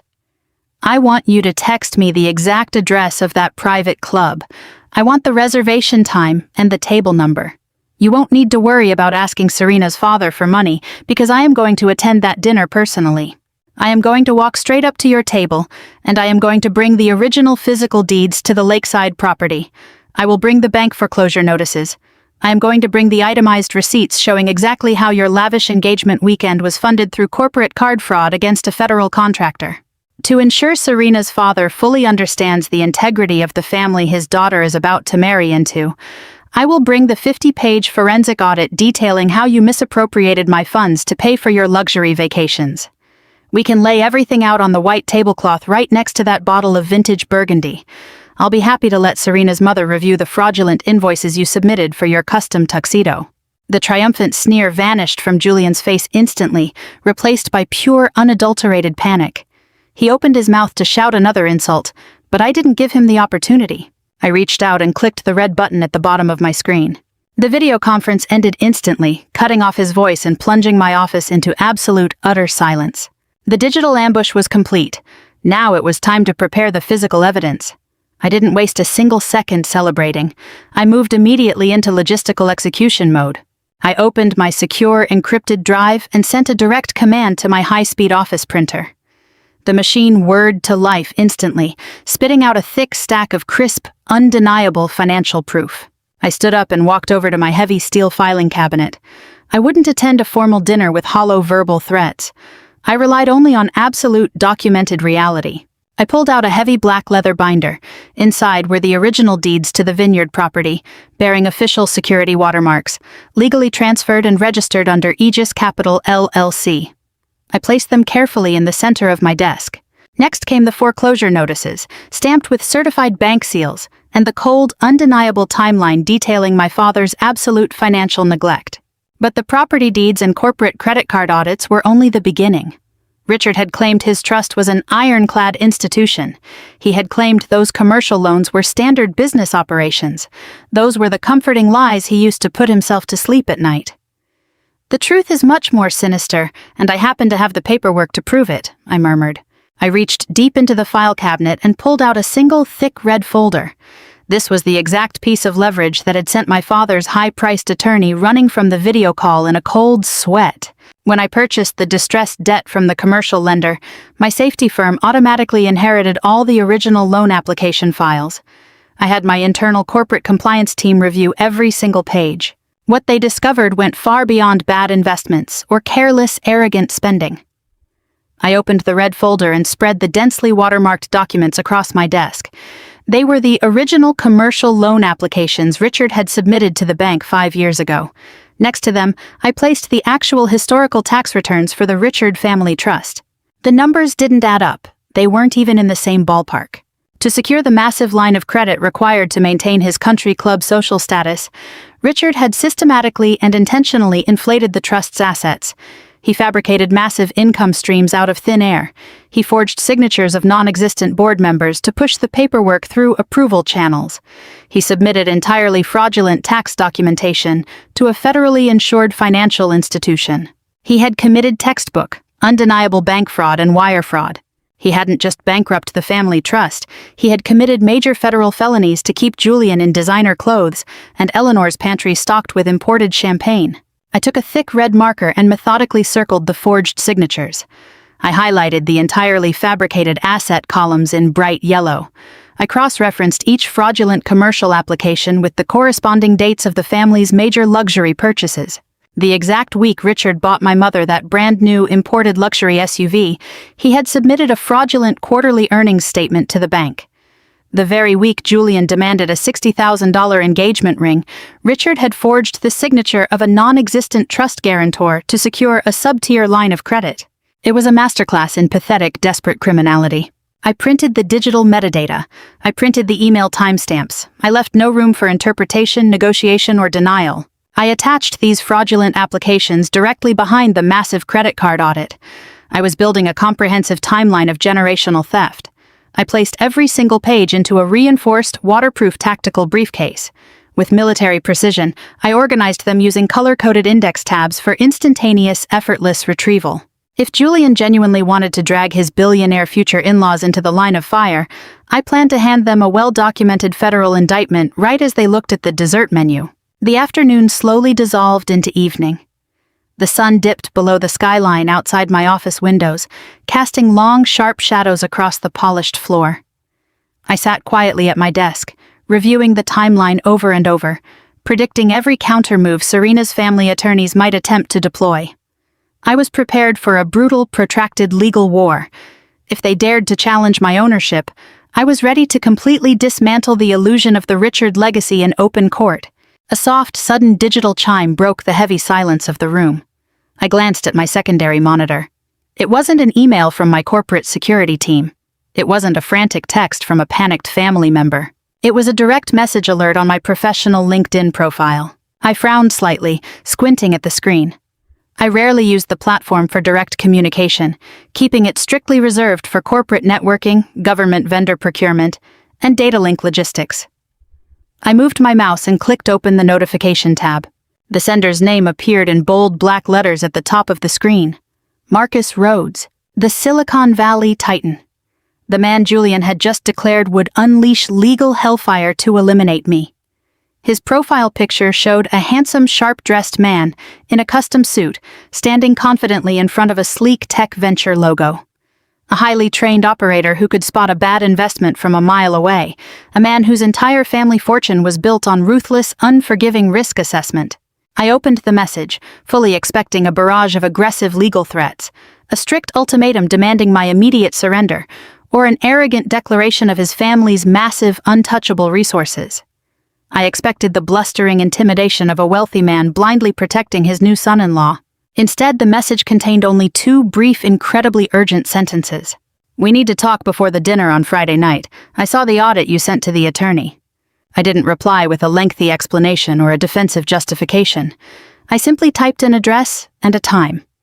It was an independent coffee roaster on a quiet, unassuming street in Wicker Park, miles away from the highly polished corporate banking hubs and exclusive country club lounges his family typically operated in. Neutral ground. I arrived 15 minutes early, taking a corner booth with my back to the wall, giving me a clear view of the entrance. Wearing a tailored charcoal blazer, my posture was relaxed but completely alert. I placed the reinforced, waterproof tactical briefcase on the table in front of me. Marcus Rhodes walked through the glass doors exactly on time. I recognized him instantly, though the man walking toward my table bore little resemblance to the glowing, triumphant tech investor Julian had plastered all over social media in heavily edited political photo ops. The heir to a massive tech investment empire was supposed to radiate effortless confidence and untouchable grace. Instead, Marcus looked like a man who hadn't slept in days. His expensive navy suit looked slightly rumpled. The knot of his silk tie was pulled loose, dark, heavy bags hung under his eyes, and his skin carried a pale, sickly color. He spotted me in the corner, hesitated for a fraction of a second, and walked across the room. He slid into the booth opposite me, his movements rigid and mechanical. He didn't offer a handshake. He just stared at me, his gaze sweeping over my face, my tailored clothes, and my calm, unshakable expression. He looked utterly bewildered. "You don't look like a crazy person," Marcus said. His voice was entirely stripped of the smooth, polished charm I expected from someone of his background. I didn't react to the bizarre statement. I maintained steady eye contact, waiting for him to explain himself. "The attorney sent an automated notice of termination to every single email address associated with your family's legal profile," Marcus continued, his hands trembling slightly as he clasped them tightly on the table. "My inbox was on that list because I advanced the retainer fee on Julian's behalf." The lawyer attached a heavily redacted document to his withdrawal notice, citing severe conflicts of interest and potential criminal exposure. I opened the file. I read the audit. I saw the spreadsheets detailing the corporate card spending. He paused, taking a sharp, uneven breath. He glanced around the quiet coffee shop as if ensuring no one was listening, then leaned in closer. "Julian told me you were locked away in a high-security, closed mental health facility," Marcus whispered, the weight of the devastation cutting through his voice. "He told my family that you had been battling severe, uncontrollable paranoid schizophrenia for years. He said your past high-stress job completely broke you. You were unstable, and you had completely disowned the family because you kept violently stealing your father's money to fund your imaginary conspiracy projects. That was the story he manufactured in front of my entire family at the rehearsal dinner. Julian actually wept in my wife's arms when she asked why you weren't standing up there with him. He played the tragic, supportive, heartbroken brother perfectly." I sat entirely motionless. The psychopathic level of Julian's deception was breathtaking. He hadn't just hidden my existence. He had actively weaponized my defense service to carry out a complete character assassination, all to extract sympathy from his wealthy future in-laws. Marcus swallowed hard, his gaze dropping to the tabletop. "But the lie went far deeper than just an excuse for your absence. A month before the engagement, Julian came to me in an absolute panic. He claimed your facility was threatening to put you out on the street. He said Richard's assets were temporarily frozen in a complex trust negotiation, and he couldn't liquidate funds in time. He told me that if you were discharged, you'd be dead within a week. He begged me for a bridge loan." He looked back up at me, his expression twisted with sickening realization. "My investments don't involve bargaining with human lives. I wrote a check for $50,000 that day. I registered it as a private charitable donation to your supposed medical institution to keep you safe. Julian took the check, and then I read your audit. I saw the exact dollar amount. I didn't offer him a sympathetic smile. I didn't repeat any standard platitudes. I simply unlatched the heavy steel locks on my tactical briefcase, flipped the lid open, and pulled out the thick, color-coded stack of documentation. "You're a venture capitalist, Marcus," I said, my voice as precise as a surgical procedure, entirely detached from emotion. "You possess the exact financial literacy required to understand what you're about to see. I'm not asking you to take my word over your future son-in-law's tears. I am going to show you the absolute, undeniable reality of the family you are about to merge with." I slid the stack of physical documents across the table, starting with my official federal defense contractor security clearance records. "These are my federal service records," I stated. "You can clearly read that during the exact periods Julian claimed I was violently stealing my father's money to fund imaginary delusions, I was actively deploying frontline communications logistics networks in high-risk zones overseas. I wasn't in a recovery center. I was in body armor." I placed the corresponding bank statements right next to the deployment records. "And these are the direct deposit logs for my hazard pay," I continued. "Right next to it is the ledger for the Aegis Shield Corporate Emergency Card, a card strictly governed by federal compliance regulations." I watched Marcus's eyes scan the pages. Raised in the world of high finance, his brain processed the data instantaneously. I saw the exact moment his mind connected the dates of my overseas deployments with the massive, extravagant charges on the corporate card. He saw the $25,000 luxury vacation in Paris. He saw the country club initiation fees. He saw the imported orchids and cases of vintage champagne. He was looking at a documented timeline of generational theft. "Now let's examine your generous act of charity," I said softly. I pulled out a specific highlighted receipt and placed it directly in front of him. It was the bill from the luxury hotel that hosted the recent engagement party. "Julian told you he needed $50,000 for a medical facility," I said, pointing straight to the final total on the catering invoice. This is the final bill for the engagement venue. The total is exactly $50,000. Richard promised to pay for the party to maintain his illusion of wealth in front of your family, but Richard is completely broke. His check bounced. The venue threatened to cancel the event. So, Julian panicked. He manufactured a horrific, deeply degrading lie about my mental health to exploit your kindness and fund his fiancée's champagne towers. He weaponized your family's genuine compassion. Marcus stared at the catering invoice, his skin turning a sickly ashen color. The reality of the scam was absolute. His future son-in-law hadn't just lied to him, he had actively and maliciously defrauded his family simply to maintain an illusion. "But I'm not finished," I said, my voice hardening. "I want to show you exactly why Richard is bankrupt, because it directly impacts the risk management compliance of your tech investment empire." I pulled out the red folder containing Richard's original commercial loan applications and the historical tax returns of the family trust, spreading them out on the small coffee shop table. "You sit on the board of Silicon Valley International Bank," I said, watching Marcus's gaze lock onto the densely watermarked financial forms. "So I know you understand the severe federal consequences involved in bank fraud. To secure the massive lines of credit needed to sustain Julian's political packaging and lifestyle, Richard systematically falsified the trust's asset columns. He fabricated massive income streams out of thin air. He forged signatures of non-existent guarantors. He submitted entirely fraudulent tax documents to a federally insured institution." I pointed to the highlighted discrepancies, drawing a clear, undeniable line between the fake tax returns and the approved commercial loans. "When the money ran out, Richard defaulted," I explained, delivering the final chain of events. "The IRS and the bank quietly foreclosed on the trust. They packaged the toxic debt, including the deeds to the vineyard and the Gold Coast penthouse they currently live in, and auctioned it off to the highest corporate bidder on the private market." I slid the final document across the table. It was the official county title deed stamped with a government seal. "My security firm bought that debt," I stated flatly. "I own the historic vineyard. I own the primary residence. Julian and his parents are currently living inside my corporate portfolio as non-rent-paying tenants. Julian is planning a formal dinner with you this Friday night. He intends to ask you for a massive loan to buy back this debt from me, claiming I stole the property through a banking glitch. He plans to use your family's vast resources to wage a legal war against a federal contractor, dragging your flawless reputation into a radioactive federal fraud investigation." Marcus sat completely frozen. He didn't speak. He didn't move. He just stared at the documents scattered across the table. He was watching his daughter's marriage completely disintegrate. He was looking at a sociopathic scam that had ensnared his family.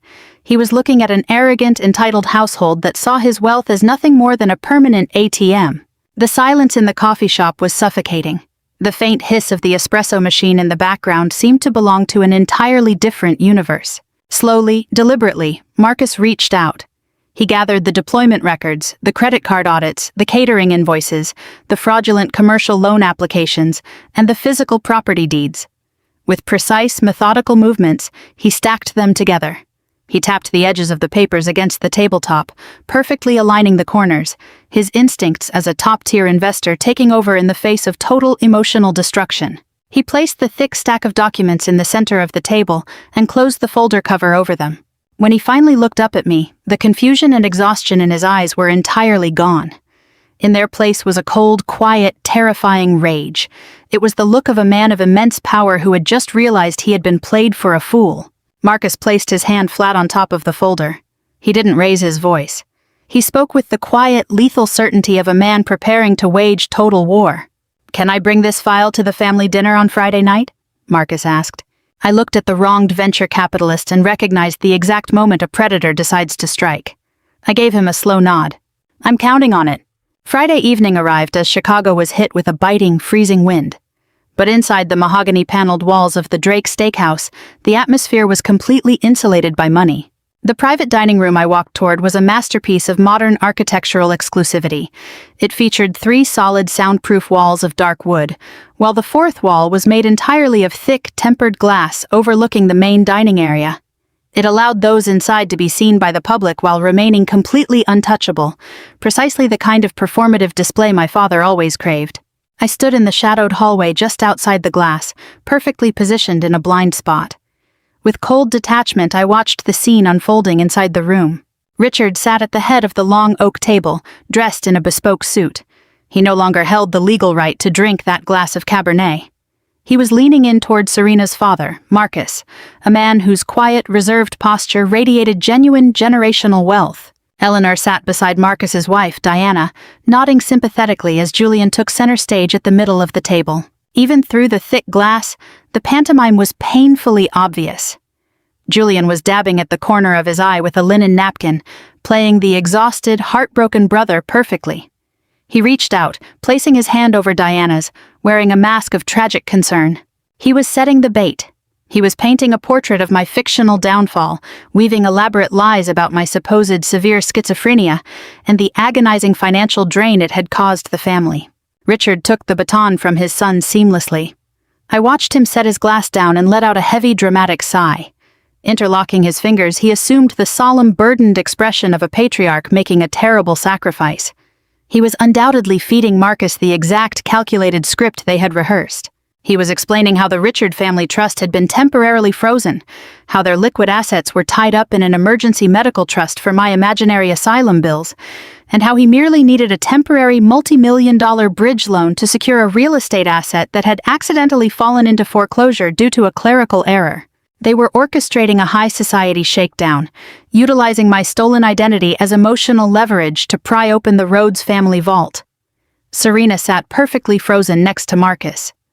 Marcus stared down at the untouched premium steak in front of him, his jaw clenched so tight the muscles pulsed beneath his skin.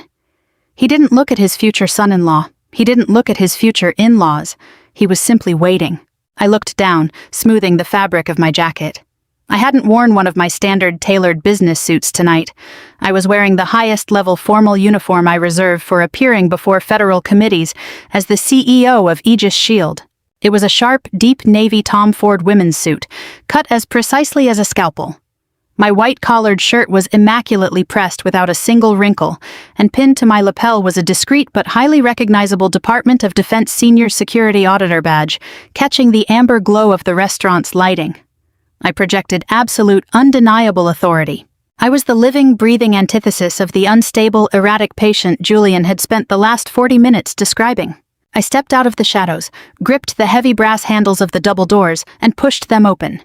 The doors swung inward smoothly and heavily. I crossed the threshold, letting the thick wood snap shut behind me with a soft, final click that sealed the room. The reaction was instantaneous and entirely chaotic. Julian was in mid-sentence, a perfectly practiced tear rolling down his cheek as he addressed his future mother-in-law. His gaze darted toward the door, registering my presence. The words died in his throat. He froze, holding his linen napkin mid-air, every drop of color draining from his face.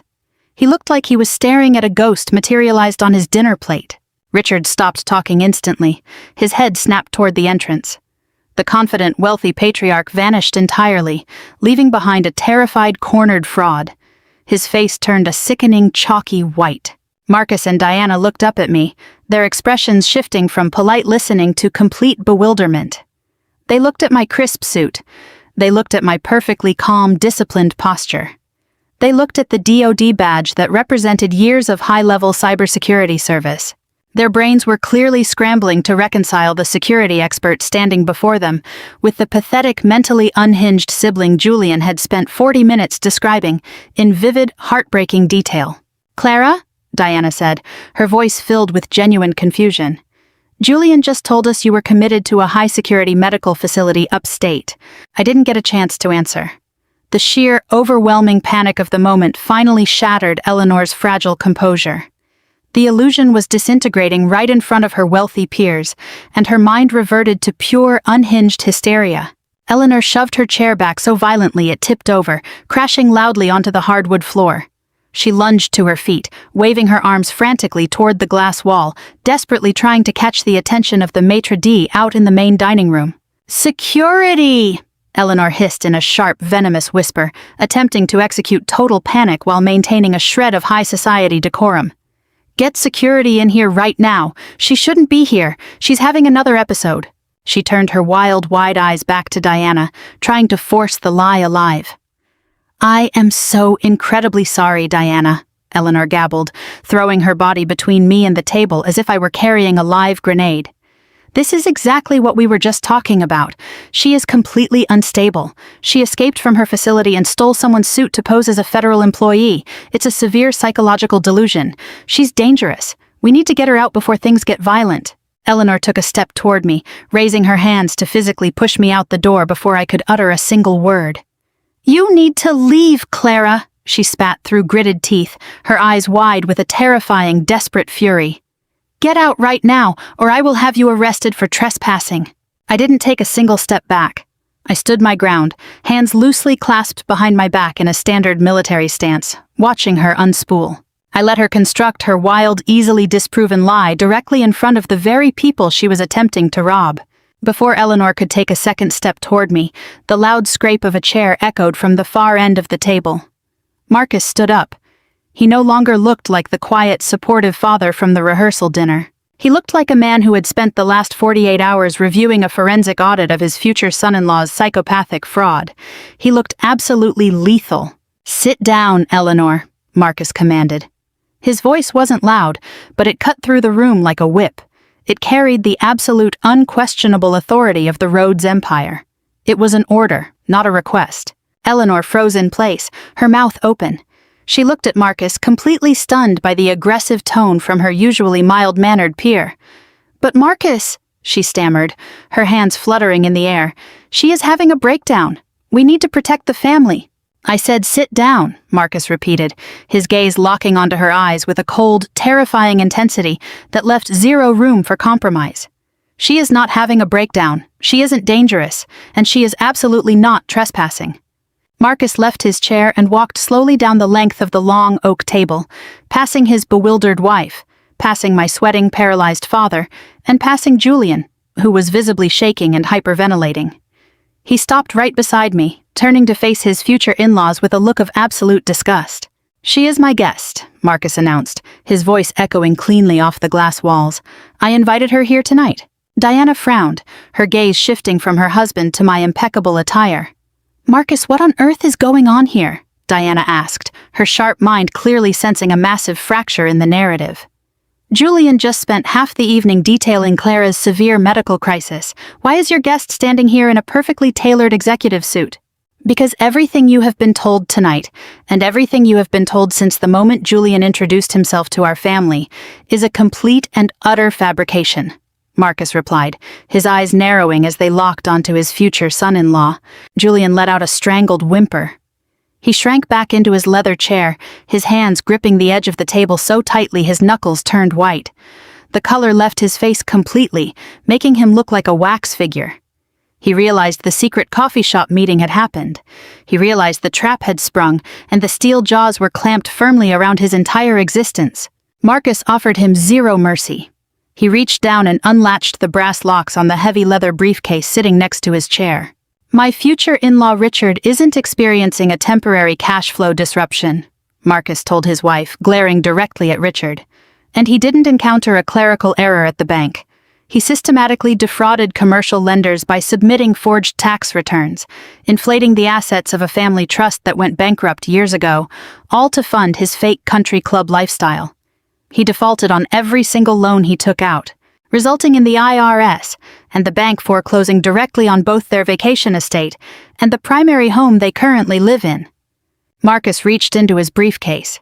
He pulled out the massive color-coded audit folder I had handed him in Wicker Park. The edges of the colored index tabs jutted out sharply from the side. "And Julian didn't approach me for a $50,000 bridge loan to save his sister from a medical discharge," Marcus continued, his voice dropping to a low, furious growl. "His sister is a top-tier cybersecurity executive who manages highly classified federal defense data.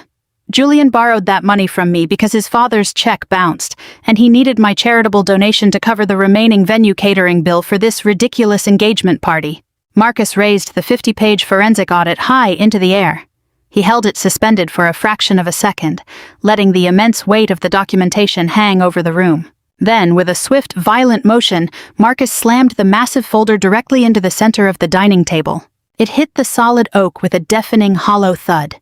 The expensive china rattled, and red wine splashed violently against the sides of the crystal glasses. The echo of the heavy binder hitting the wood died away, leaving a sharp, suffocating silence in its wake.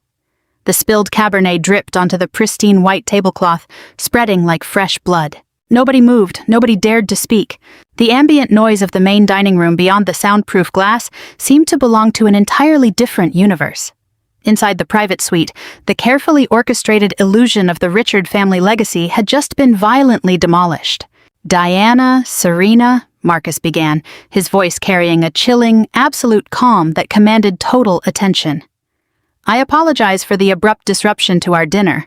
I know we came here tonight to discuss the financial merger of our families, but before you sign another check, you need to know exactly who is sitting across from you. You need to understand the abyss Julian foolishly tried to drag us into." Diana stared at the thick, color-coded audit sitting next to her wine glass. She looked up from the folder to her husband, her elegant features tight with confusion. Then she shifted her gaze to me, taking in the sharp lines of my custom suit and the Department of Defense badge resting over my heart. The cognitive dissonance was clearly overwhelming her. "Marcus, what actually is this?" Diana asked, her voice trembling slightly. "Julian just spent the last 40 minutes telling us his sister was currently undergoing emergency psychiatric treatment. He told us Clara was locked in a secure facility, battling a severe, life-threatening psychological crisis. He said she destroyed their family home and stole heirlooms to fund her hacking delusions." "That is exactly what Julian told me," Marcus answered, turning his cold gaze onto his future son-in-law. "That is the story he manufactured to our entire family at the rehearsal dinner to explain why his only sister was missing. It was a tragic, compelling narrative designed to extract the maximum amount of sympathy, but it was a complete, calculated lie." Marcus tapped his index finger sharply against the cover of the forensic audit. "A month before the engagement dinner, Julian came to me in an absolute panic," Marcus continued, his eyes remaining fixed on his daughter, Serena. "He claimed that Clara's insurance had lapsed and that the medical facility was threatening to put her out on the street. He said Richard's assets were temporarily frozen in a complex trust negotiation, and they needed immediate liquidity to save his sister's life. I wrote a check for $50,000 that very afternoon. I registered it as a private charitable donation because I'm a reasonable man, and I wanted to help my future son-in-law preserve his family." Diana sat perfectly frozen in her leather chair, her sharp, analytical eyes locked onto Marcus. "Where exactly did that money go?" Diana asked, her voice dropping an octave. Marcus didn't hesitate. He opened the folder and slid a highlighted, itemized invoice directly down the polished oak table toward his wife. "It went to the hotel," Marcus stated flatly. "The $50,000 I donated to save a fictional psychiatric patient is, down to the exact decimal point, the precise amount required to cover the final catering bill for this engagement party. Richard is completely bankrupt. His check bounced. The venue threatened to cancel the event. So, Julian manufactured a horrific, deeply degrading lie about his sister's mental health to exploit us into paying for his floral arrangements and champagne towers." Serena let out a sharp, suffocating gasp. She pressed both hands over her mouth, her eyes turning blood red as she stared at Julian. Eleanor shrank back into her seat, looking as though she might physically throw up. The sheer sociopathic nature of the deception hung in the air, sickening and undeniable. "But this fraud goes far beyond a single misappropriated check," Marcus said, his voice rising with a restrained but righteous anger. He flipped through the pages of the audit, displaying copies of the highlighted bank statements and forged commercial loan applications. "The Richard family didn't just defraud us. They have been engaging in a systematic pattern of generational theft for nearly a decade. Richard committed textbook bank fraud and tax fraud. He forged signatures to secure commercial loans against a trust he had already drained. He leveraged the family estates to buy luxury vehicles and lavish vacations. And then he let the IRS and the bank foreclose on the entire portfolio." Marcus pointed a firm, decisive hand directly at me. "Clara didn't steal from them," Marcus announced to the room. "They stole from her. While Julian was busy telling you his sister was a dangerous, unstable paranoid, Clara was actively deploying defense networks as a top-tier cyber architect in a high-risk zone overseas. And while she was managing federal data streams on the front lines in body armor, Richard and Julian were intercepting her hazard pay.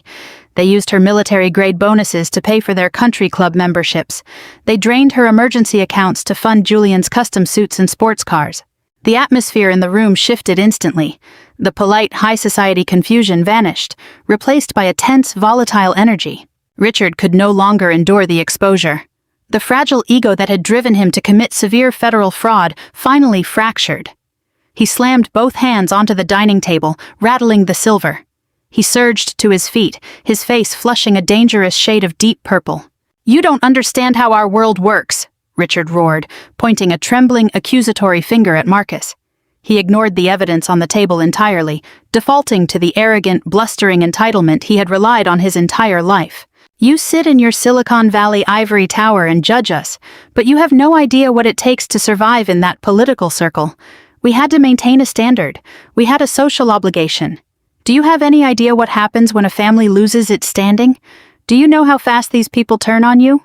Richard swept his hand toward his wife and son, demanding validation for his crimes.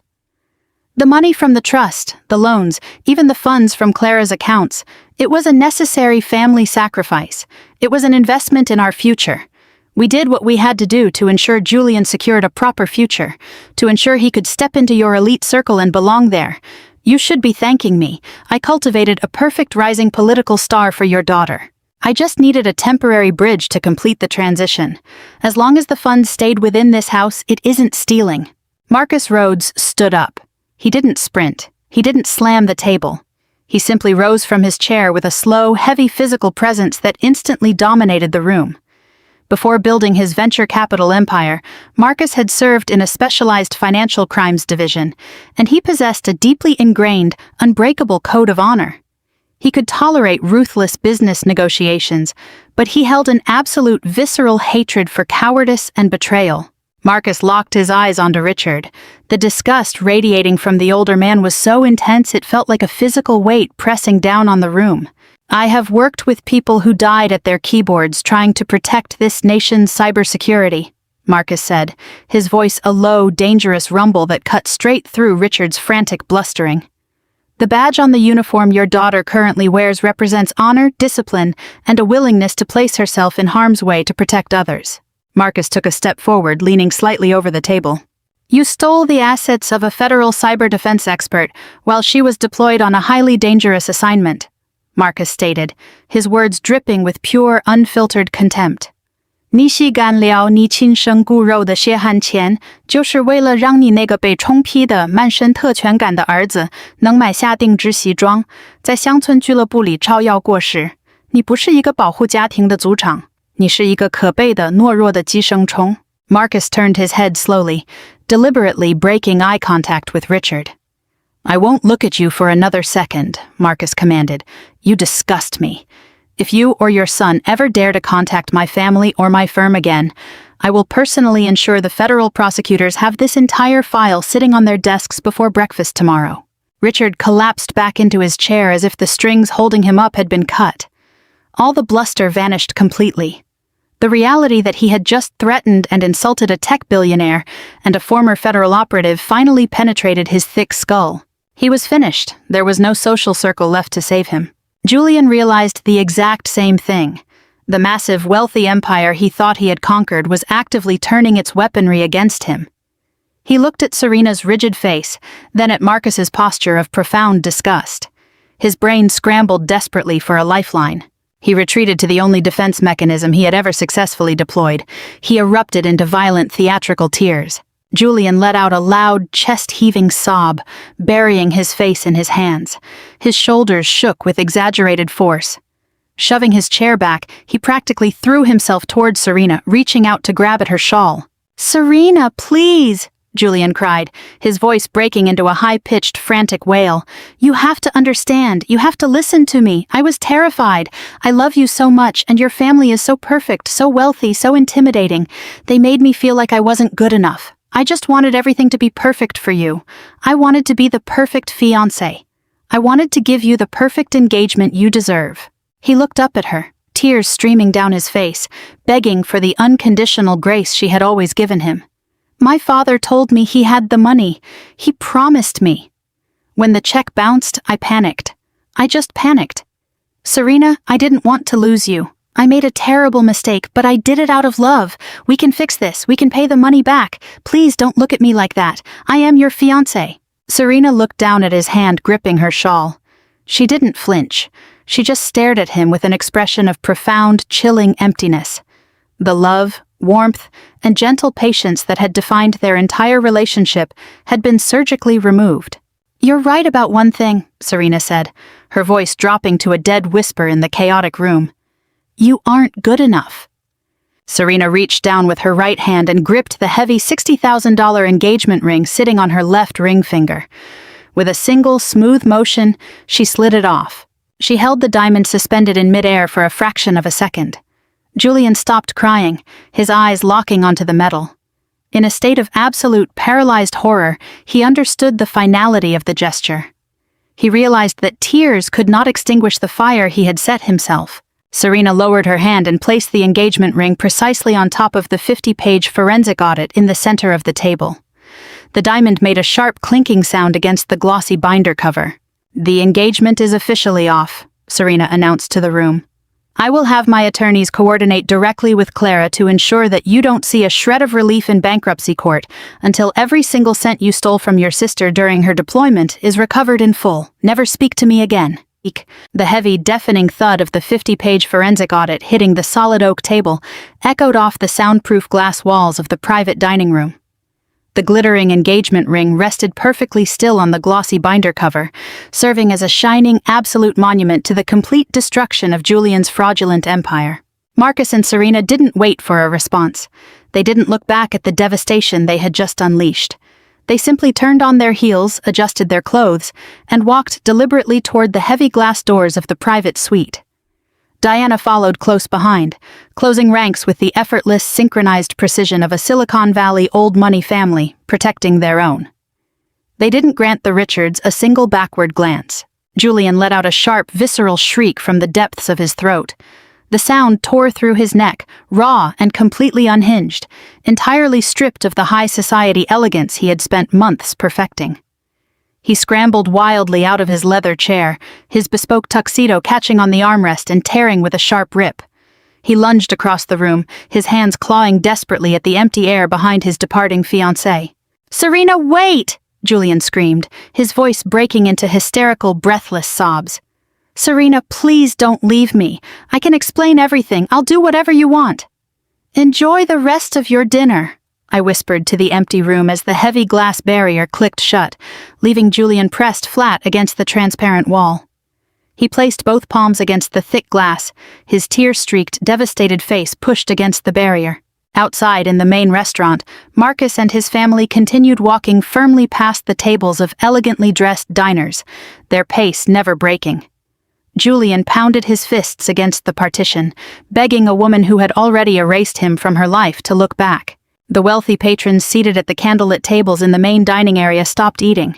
Dozens of highly influential, powerful people turned their heads to watch the pathetic spectacle playing out inside our transparent box. They stared at Julian as he wept, clawing desperately and uselessly at the door. He was completely exposed, displayed like a trapped animal in a luxury exhibit. Back at the table, the crushing weight of reality finally caved in on Richard. He stared blankly at the engagement ring resting on top of the audit folder. The bridge loan was gone. The billionaire safety net had completely evaporated. The commercial fraud and tax evasion he had committed over the years were now fully documented and exposed to a family with more than enough power to bury him in federal litigation for the rest of his natural life. There was no more political capital to deploy. There were no more lies left to spin. He was looking directly at an inevitable prison sentence and absolute total financial ruin. His paralyzed terror instantly shifted into a violent, explosive fury. Richard let out a primal roar, grabbing the edges of the heavy oak table with both hands. Kicking his chair back so hard it flipped and crashed onto the hardwood floor, he lunged across the center of the table, his eyes bloodshot and wide, coming straight for me. His sudden, erratic movement swept through the pristine table settings. Fine bone china shattered against the floor. Crystal wine glasses snapped at the stems. An entire bottle of vintage Cabernet toppled over, sending a dark crimson wave tearing across the white linen. The liquid splashed over the edges of the fraudulent commercial loan applications, soaking into the paper like fresh blood. "You ruined us!" Richard bellowed, his face contorted into a mask of pure, irrational hatred. He scrambled across the ruined place settings, his arms flailing wildly as he desperately tried to reach for my throat. "You bitter, jealous monster! You ruined your own brother, you destroyed this family, I'll destroy you!" I didn't flinch. I didn't step back. I didn't raise my voice or show a single ounce of fear. Years of operating on the hostile, unpredictable front lines of cyber defense had trained my heart rate to remain completely flat under assault. I simply shifted my weight slightly to the left, standing ground in a perfect defensive stance. Richard, heavily intoxicated, overweight, and completely blinded by his own pathetic rage, lost his footing on the wine-slicked tabletop. He slipped heavily onto the polished oak planks, his arms slamming uselessly against the surface just inches away from my decorated custom suit jacket. He lay sprawled across the ruined dining setup, gasping for air, his expensive jacket absorbing the spilled Cabernet. I looked down at the man who had spent his entire life prioritizing an illusion of power over his own daughter. I felt absolutely nothing for him. No pity, no anger, just the cold, clinical satisfaction of a successfully executed tactical operation. I reached inside the inner breast pocket of my blazer. I pulled out a clean, legally notarized document sealed inside a clear plastic protective sleeve to ensure it remained immaculate. Holding it deliberately in midair, I made sure the sharp overhead lights caught the official county court watermark stamped across the top. Then, with a smooth, calculated motion, I tossed the paperwork directly onto the table, letting it slide across the wine-stained surface until it came to a rest right beneath Richard's flushed, panting face. "Since you defaulted on the debts, drained the trust accounts, and just confessed to major financial fraud in front of multiple witnesses," I stated, my voice ringing with absolute, undeniable authority, "I am officially executing the eviction process. You have 30 days to pack your things." Eleanor, who had remained frozen in her chair, let out a strangled, breathless gasp. She leaned forward, her trembling hands hovering over the plastic sleeve. She read the bold, stark black letters printed across the top of the page. Official 30-day notice to quit and vacate. The full, devastating reality of her situation finally broke through her deep state of denial. The illusion was dead. The primary estate, the grand, pillared Gold Coast penthouse where she hosted elite charity dinners and looked down on her neighbors, was legally gone. They weren't homeowners negotiating a temporary financial setback. They were defaulting tenants being formally evicted by their estranged daughter. "No," Eleanor whispered, her voice completely hollow, her eyes staring blindly at the eviction notice. "No, this can't be happening. Where would we go? We don't have the money. We don't have a place to live. You can't take my home." "I already took it, Mom," I replied, my tone completely level. "And the countdown starts right now." Before Eleanor could spiral into another round of hysterical denial, the heavy glass doors of the private suite pushed open. It wasn't the Rhodes family returning. It was the general manager of the Drake Steakhouse, a tall, impeccably dressed man radiating furious professional authority. Flanking him were two large, imposing security guards dressed in dark suits, wearing earpieces. The chaotic burst of violence inside the glass room had completely disrupted the exclusive dining experience of the entire restaurant. The screaming, the breaking glass, and Richard's pathetic lunge across the table had crossed the line from a private family dispute into a major security liability. "Sir," the manager said, his voice hard and uncompromising, looking straight down at Richard, who was still trying to push himself up from the wine-soaked table. "I must ask you to leave the premises immediately. Your behavior is entirely unacceptable, and you are disturbing our other guests." Richard blinked, his brain struggling to process the sudden intrusion. "Do you have any idea who I am?" Richard slurred, his arrogant reflex activating even while covered in wine in total defeat. "I am former Circuit Judge Richard. I am a platinum member here. You can't throw me out." The manager didn't even blink. "I know exactly who you are, Mr. Richard," the manager replied, his tone dripping with absolute disdain. "And your platinum membership is permanently revoked as of this exact second. You will gather your things and leave this building immediately, or I will have these guards physically remove you, and I will personally contact the authorities to file charges for destruction of property." The threat of law enforcement finally pierced through Richard's drunken fog. He realized a police report would instantly trigger an investigation into the federal tax fraud he was desperately trying to avoid. His shoulders slumped. The last remaining bit of fight drained right out of him. He looked like a deflated, pathetic shell of a man. Eleanor stood up mechanically, her movements jerky and uncoordinated. She grabbed her expensive designer bag, her eyes staring blankly at the floor. The shock of the eviction, combined with the intense, burning humiliation of being thrown out of a high-end establishment, had reduced her to a complete stupor. Julian pushed himself away from the glass door. His hair was ruined by his tears, making him look wild and unhinged. He looked down at the abandoned engagement ring resting on the audit folder, then looked at me. There was no more bluster left. There were no more threats about billionaire lawyers. He had gambled his entire existence on a massive sociopathic lie, and he had lost everything. The two security guards stepped into the room, their physical presence leaving zero room for argument. They moved to flank Richard and Eleanor, silently guiding them toward the exit. "Let's go," the manager ordered, gesturing toward the doors. I stepped back, hands clasped behind my back, watching them go. Richard, Eleanor, and Julian walked out of the private suite. They were forced to walk directly through the center of the main dining room. Every wealthy, influential patron in the restaurant paused, their eyes locking onto the procession. The Richards were forced to endure an agonizing walk of shame under the harsh, unforgiving gaze of the exact social class they had destroyed themselves to impress. They were completely exposed. Their fraud, their bankruptcy, and their toxic dysfunction were laid bare for the entire city to see. The security guards escorted them out the front doors, pushing them out into the biting, freezing wind of the Chicago winter night. They had no bridge loan, they had no wealthy in-laws, they had no home. They walked into the darkness entirely bankrupt, socially excluded, and utterly broken. The manager turned back toward me, his expression softening slightly as he took in my crisp, disciplined custom suit and the badge over my heart. "Apologies for the disturbance, ma'am," he said respectfully. "We will add the cost of the damages to their final outstanding balance." "Thank you," I replied calmly, stepping forward to retrieve my tactical briefcase. "Don't worry about the damages. I'll settle the bill for this table tonight. Consider it my parting gift." Over the next 6 months, the full reality of their financial destruction completely settled in.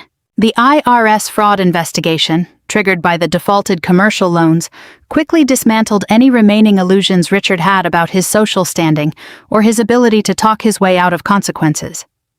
The luxury hotel, furious over the bounced check and the immense public embarrassment they suffered, aggressively pursued Richard and Eleanor in court for the outstanding $50,000 catering bill. Without their leveraged trust funds, their stolen credit lines, and the defense project money they had been siphoning from my accounts, they had absolutely no way to pay the court judgments. The resulting legal fees and court-ordered penalties utterly demolished their already broken credit scores. Marcus processed the cancellation of the wedding with lethal, uncompromising efficiency.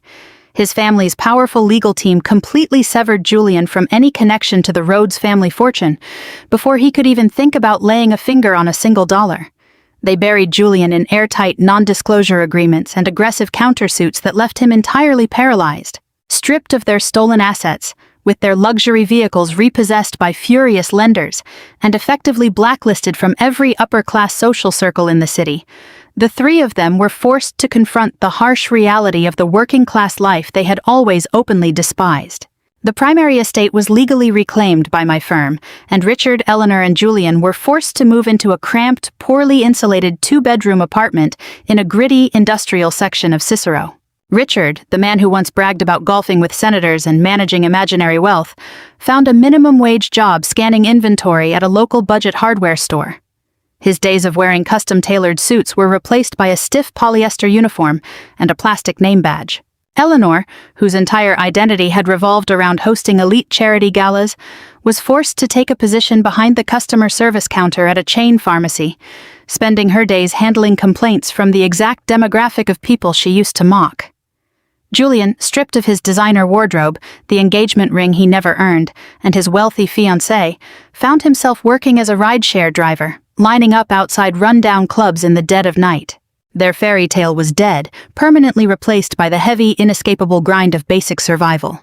I didn't stick around to watch their downfall. I was far too busy building my own empire. With my overseas encryption missions officially behind me, I stepped fully into my role as the CEO of Aegis Shield and Aegis Capital. The heavy, suffocating burden of trying to win over a family that only valued me for my financial utility had vanished completely. In its place, I found a deep, unshakable peace. Running my company no longer felt like a backup plan to fund my father's reckless, arrogant spending. It was a thriving, globally expanding enterprise built on tech precision, fierce integrity, and pure, unfiltered hard work.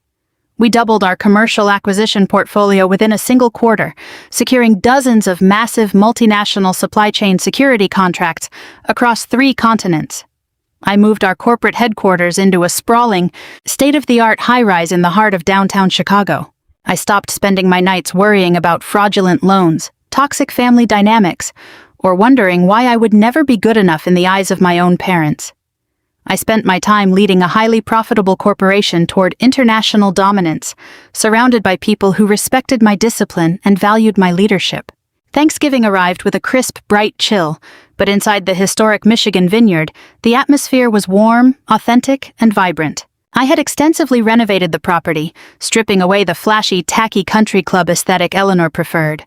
I replaced it with clean, modern architecture, utilizing natural stone and rich wood that honored the stunning natural beauty of the surrounding lake. The massive stone fireplace held a roaring fire, casting a golden, comforting glow across the spacious living room. There were no pretentious socialites in this house, no fake friends, and no one desperately trying to outdo each other with fictional wealth.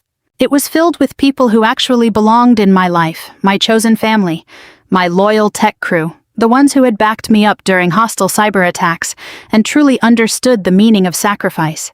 We shared stories and laughed easily on deep leather sofas.